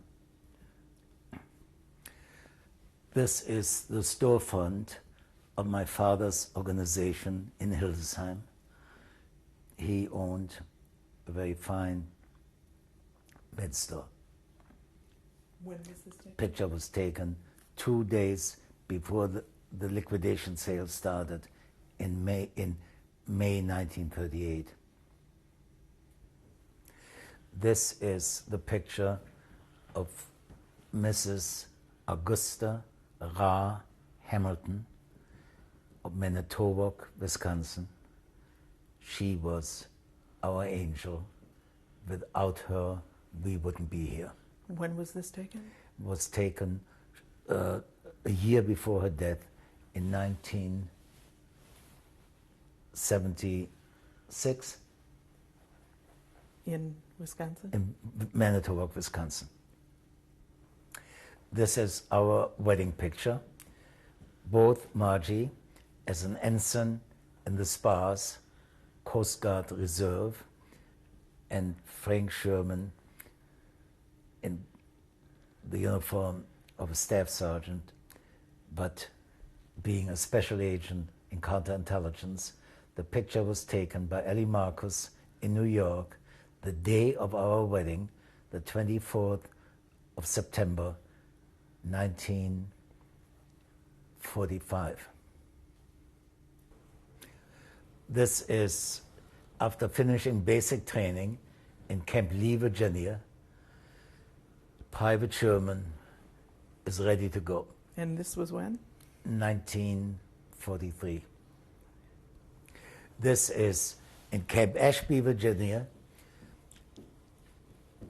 The spokesman of Camp Ashby, P.W. Metlach, is being interviewed by the Commanding General of the 3rd Service Command, Major General Hayes. Next to General Hayes on the right-hand side is Staff Sergeant Shurman. On our right-hand side, the viewer's right-hand side. Yeah. This is the Commanding General of 3rd Service Command, Major General Hayes, and somehow a turning point in my military career. After he left, a few days later, Colonel Hessler received orders to transfer me from Camp Ashby to 3rd Service Command into counterintelligence, and I then became special agent in counterintelligence. This is the memorial in Hildesheim, place, the sacred place where our synagogue used to be. And it is a magnificent monument, so beautiful that it is shown in travel books like the Baedeker as the thing to see in Hildesheim. When was this put up? In 1988, on the 50th anniversary of Kristallnacht. And Margie and I were privileged to be there and at its dedication. And the prayer that you read was at that dedication? The prayer you read? No? No. Oh, That was done at Soler. I see. Okay. This is a citation I got toward the end of my Army career. It is called Army Commendation Ribbon, and it is based on 3 letters of commendation of general officers. Then you were eligible for the Army Commendation Ribbon. And it specifies in detail what I did during the prisoner of war program. And it is signed by Major General Eddy. This is a wonderful family picture of my children and my grandchildren, at least 2 of my grandchildren, taken on the 15th of September during the celebration of our 50th wedding anniversary in Deerfield in our garden at 1010 Sunset Court. Starting to the left is my daughter-in-law, Barney. Next to her, her husband, our son, Daniel Shurman. Next to her, our daughter, Beverly Shurman Levitt. Next to her, my son-in-law, Dr. Alan Levitt. In front, to the left, is my granddaughter, Amanda Levitt. Next to her is her grandmother, Margie Shurman. Next to her is her grandfather, Frank Shurman. And next to him is my grandson, Adam Shurman Levitt. And this was in 1995? 1995, in September. This is my granddaughter, Deborah Shurman, living in Pasadena, California, the daughter of my son, Daniel Shurman. When was this taken? This is my family. After a long day of introspection, we come to this end, which we call Nile. And next to me is my wife of 50 years, Marjorie. Behind me is my son-in-law, Alan Levitt, and our granddaughter, Amanda Levitt, and our grandson, Adam Shurman Levitt. And Shurman is spelled S-C-H-U-R-M-A-N-N, like I used to spell it at the request of my beloved daughter, Beverly. And that is Beverly Levitt, also known as Beverly Shurman Levitt. One of the things I'd say that has been the most important thing I've learned from my father's experience has been the importance of developing one's own strength and self-sufficiency. And I don't know why I'm crying, but it's a very important moment. I'm glad to be here. And I think one of the things that I find most remarkable about my husband's experience is his ability then and since to differentiate between the Nazis, who were the perpetrators, and the Germans, who had a long, proud history and went through the valley along with their victims, at least retrospectively. We go back to Germany often because my husband has been able to maintain friendships that were deep and meaningful friendships.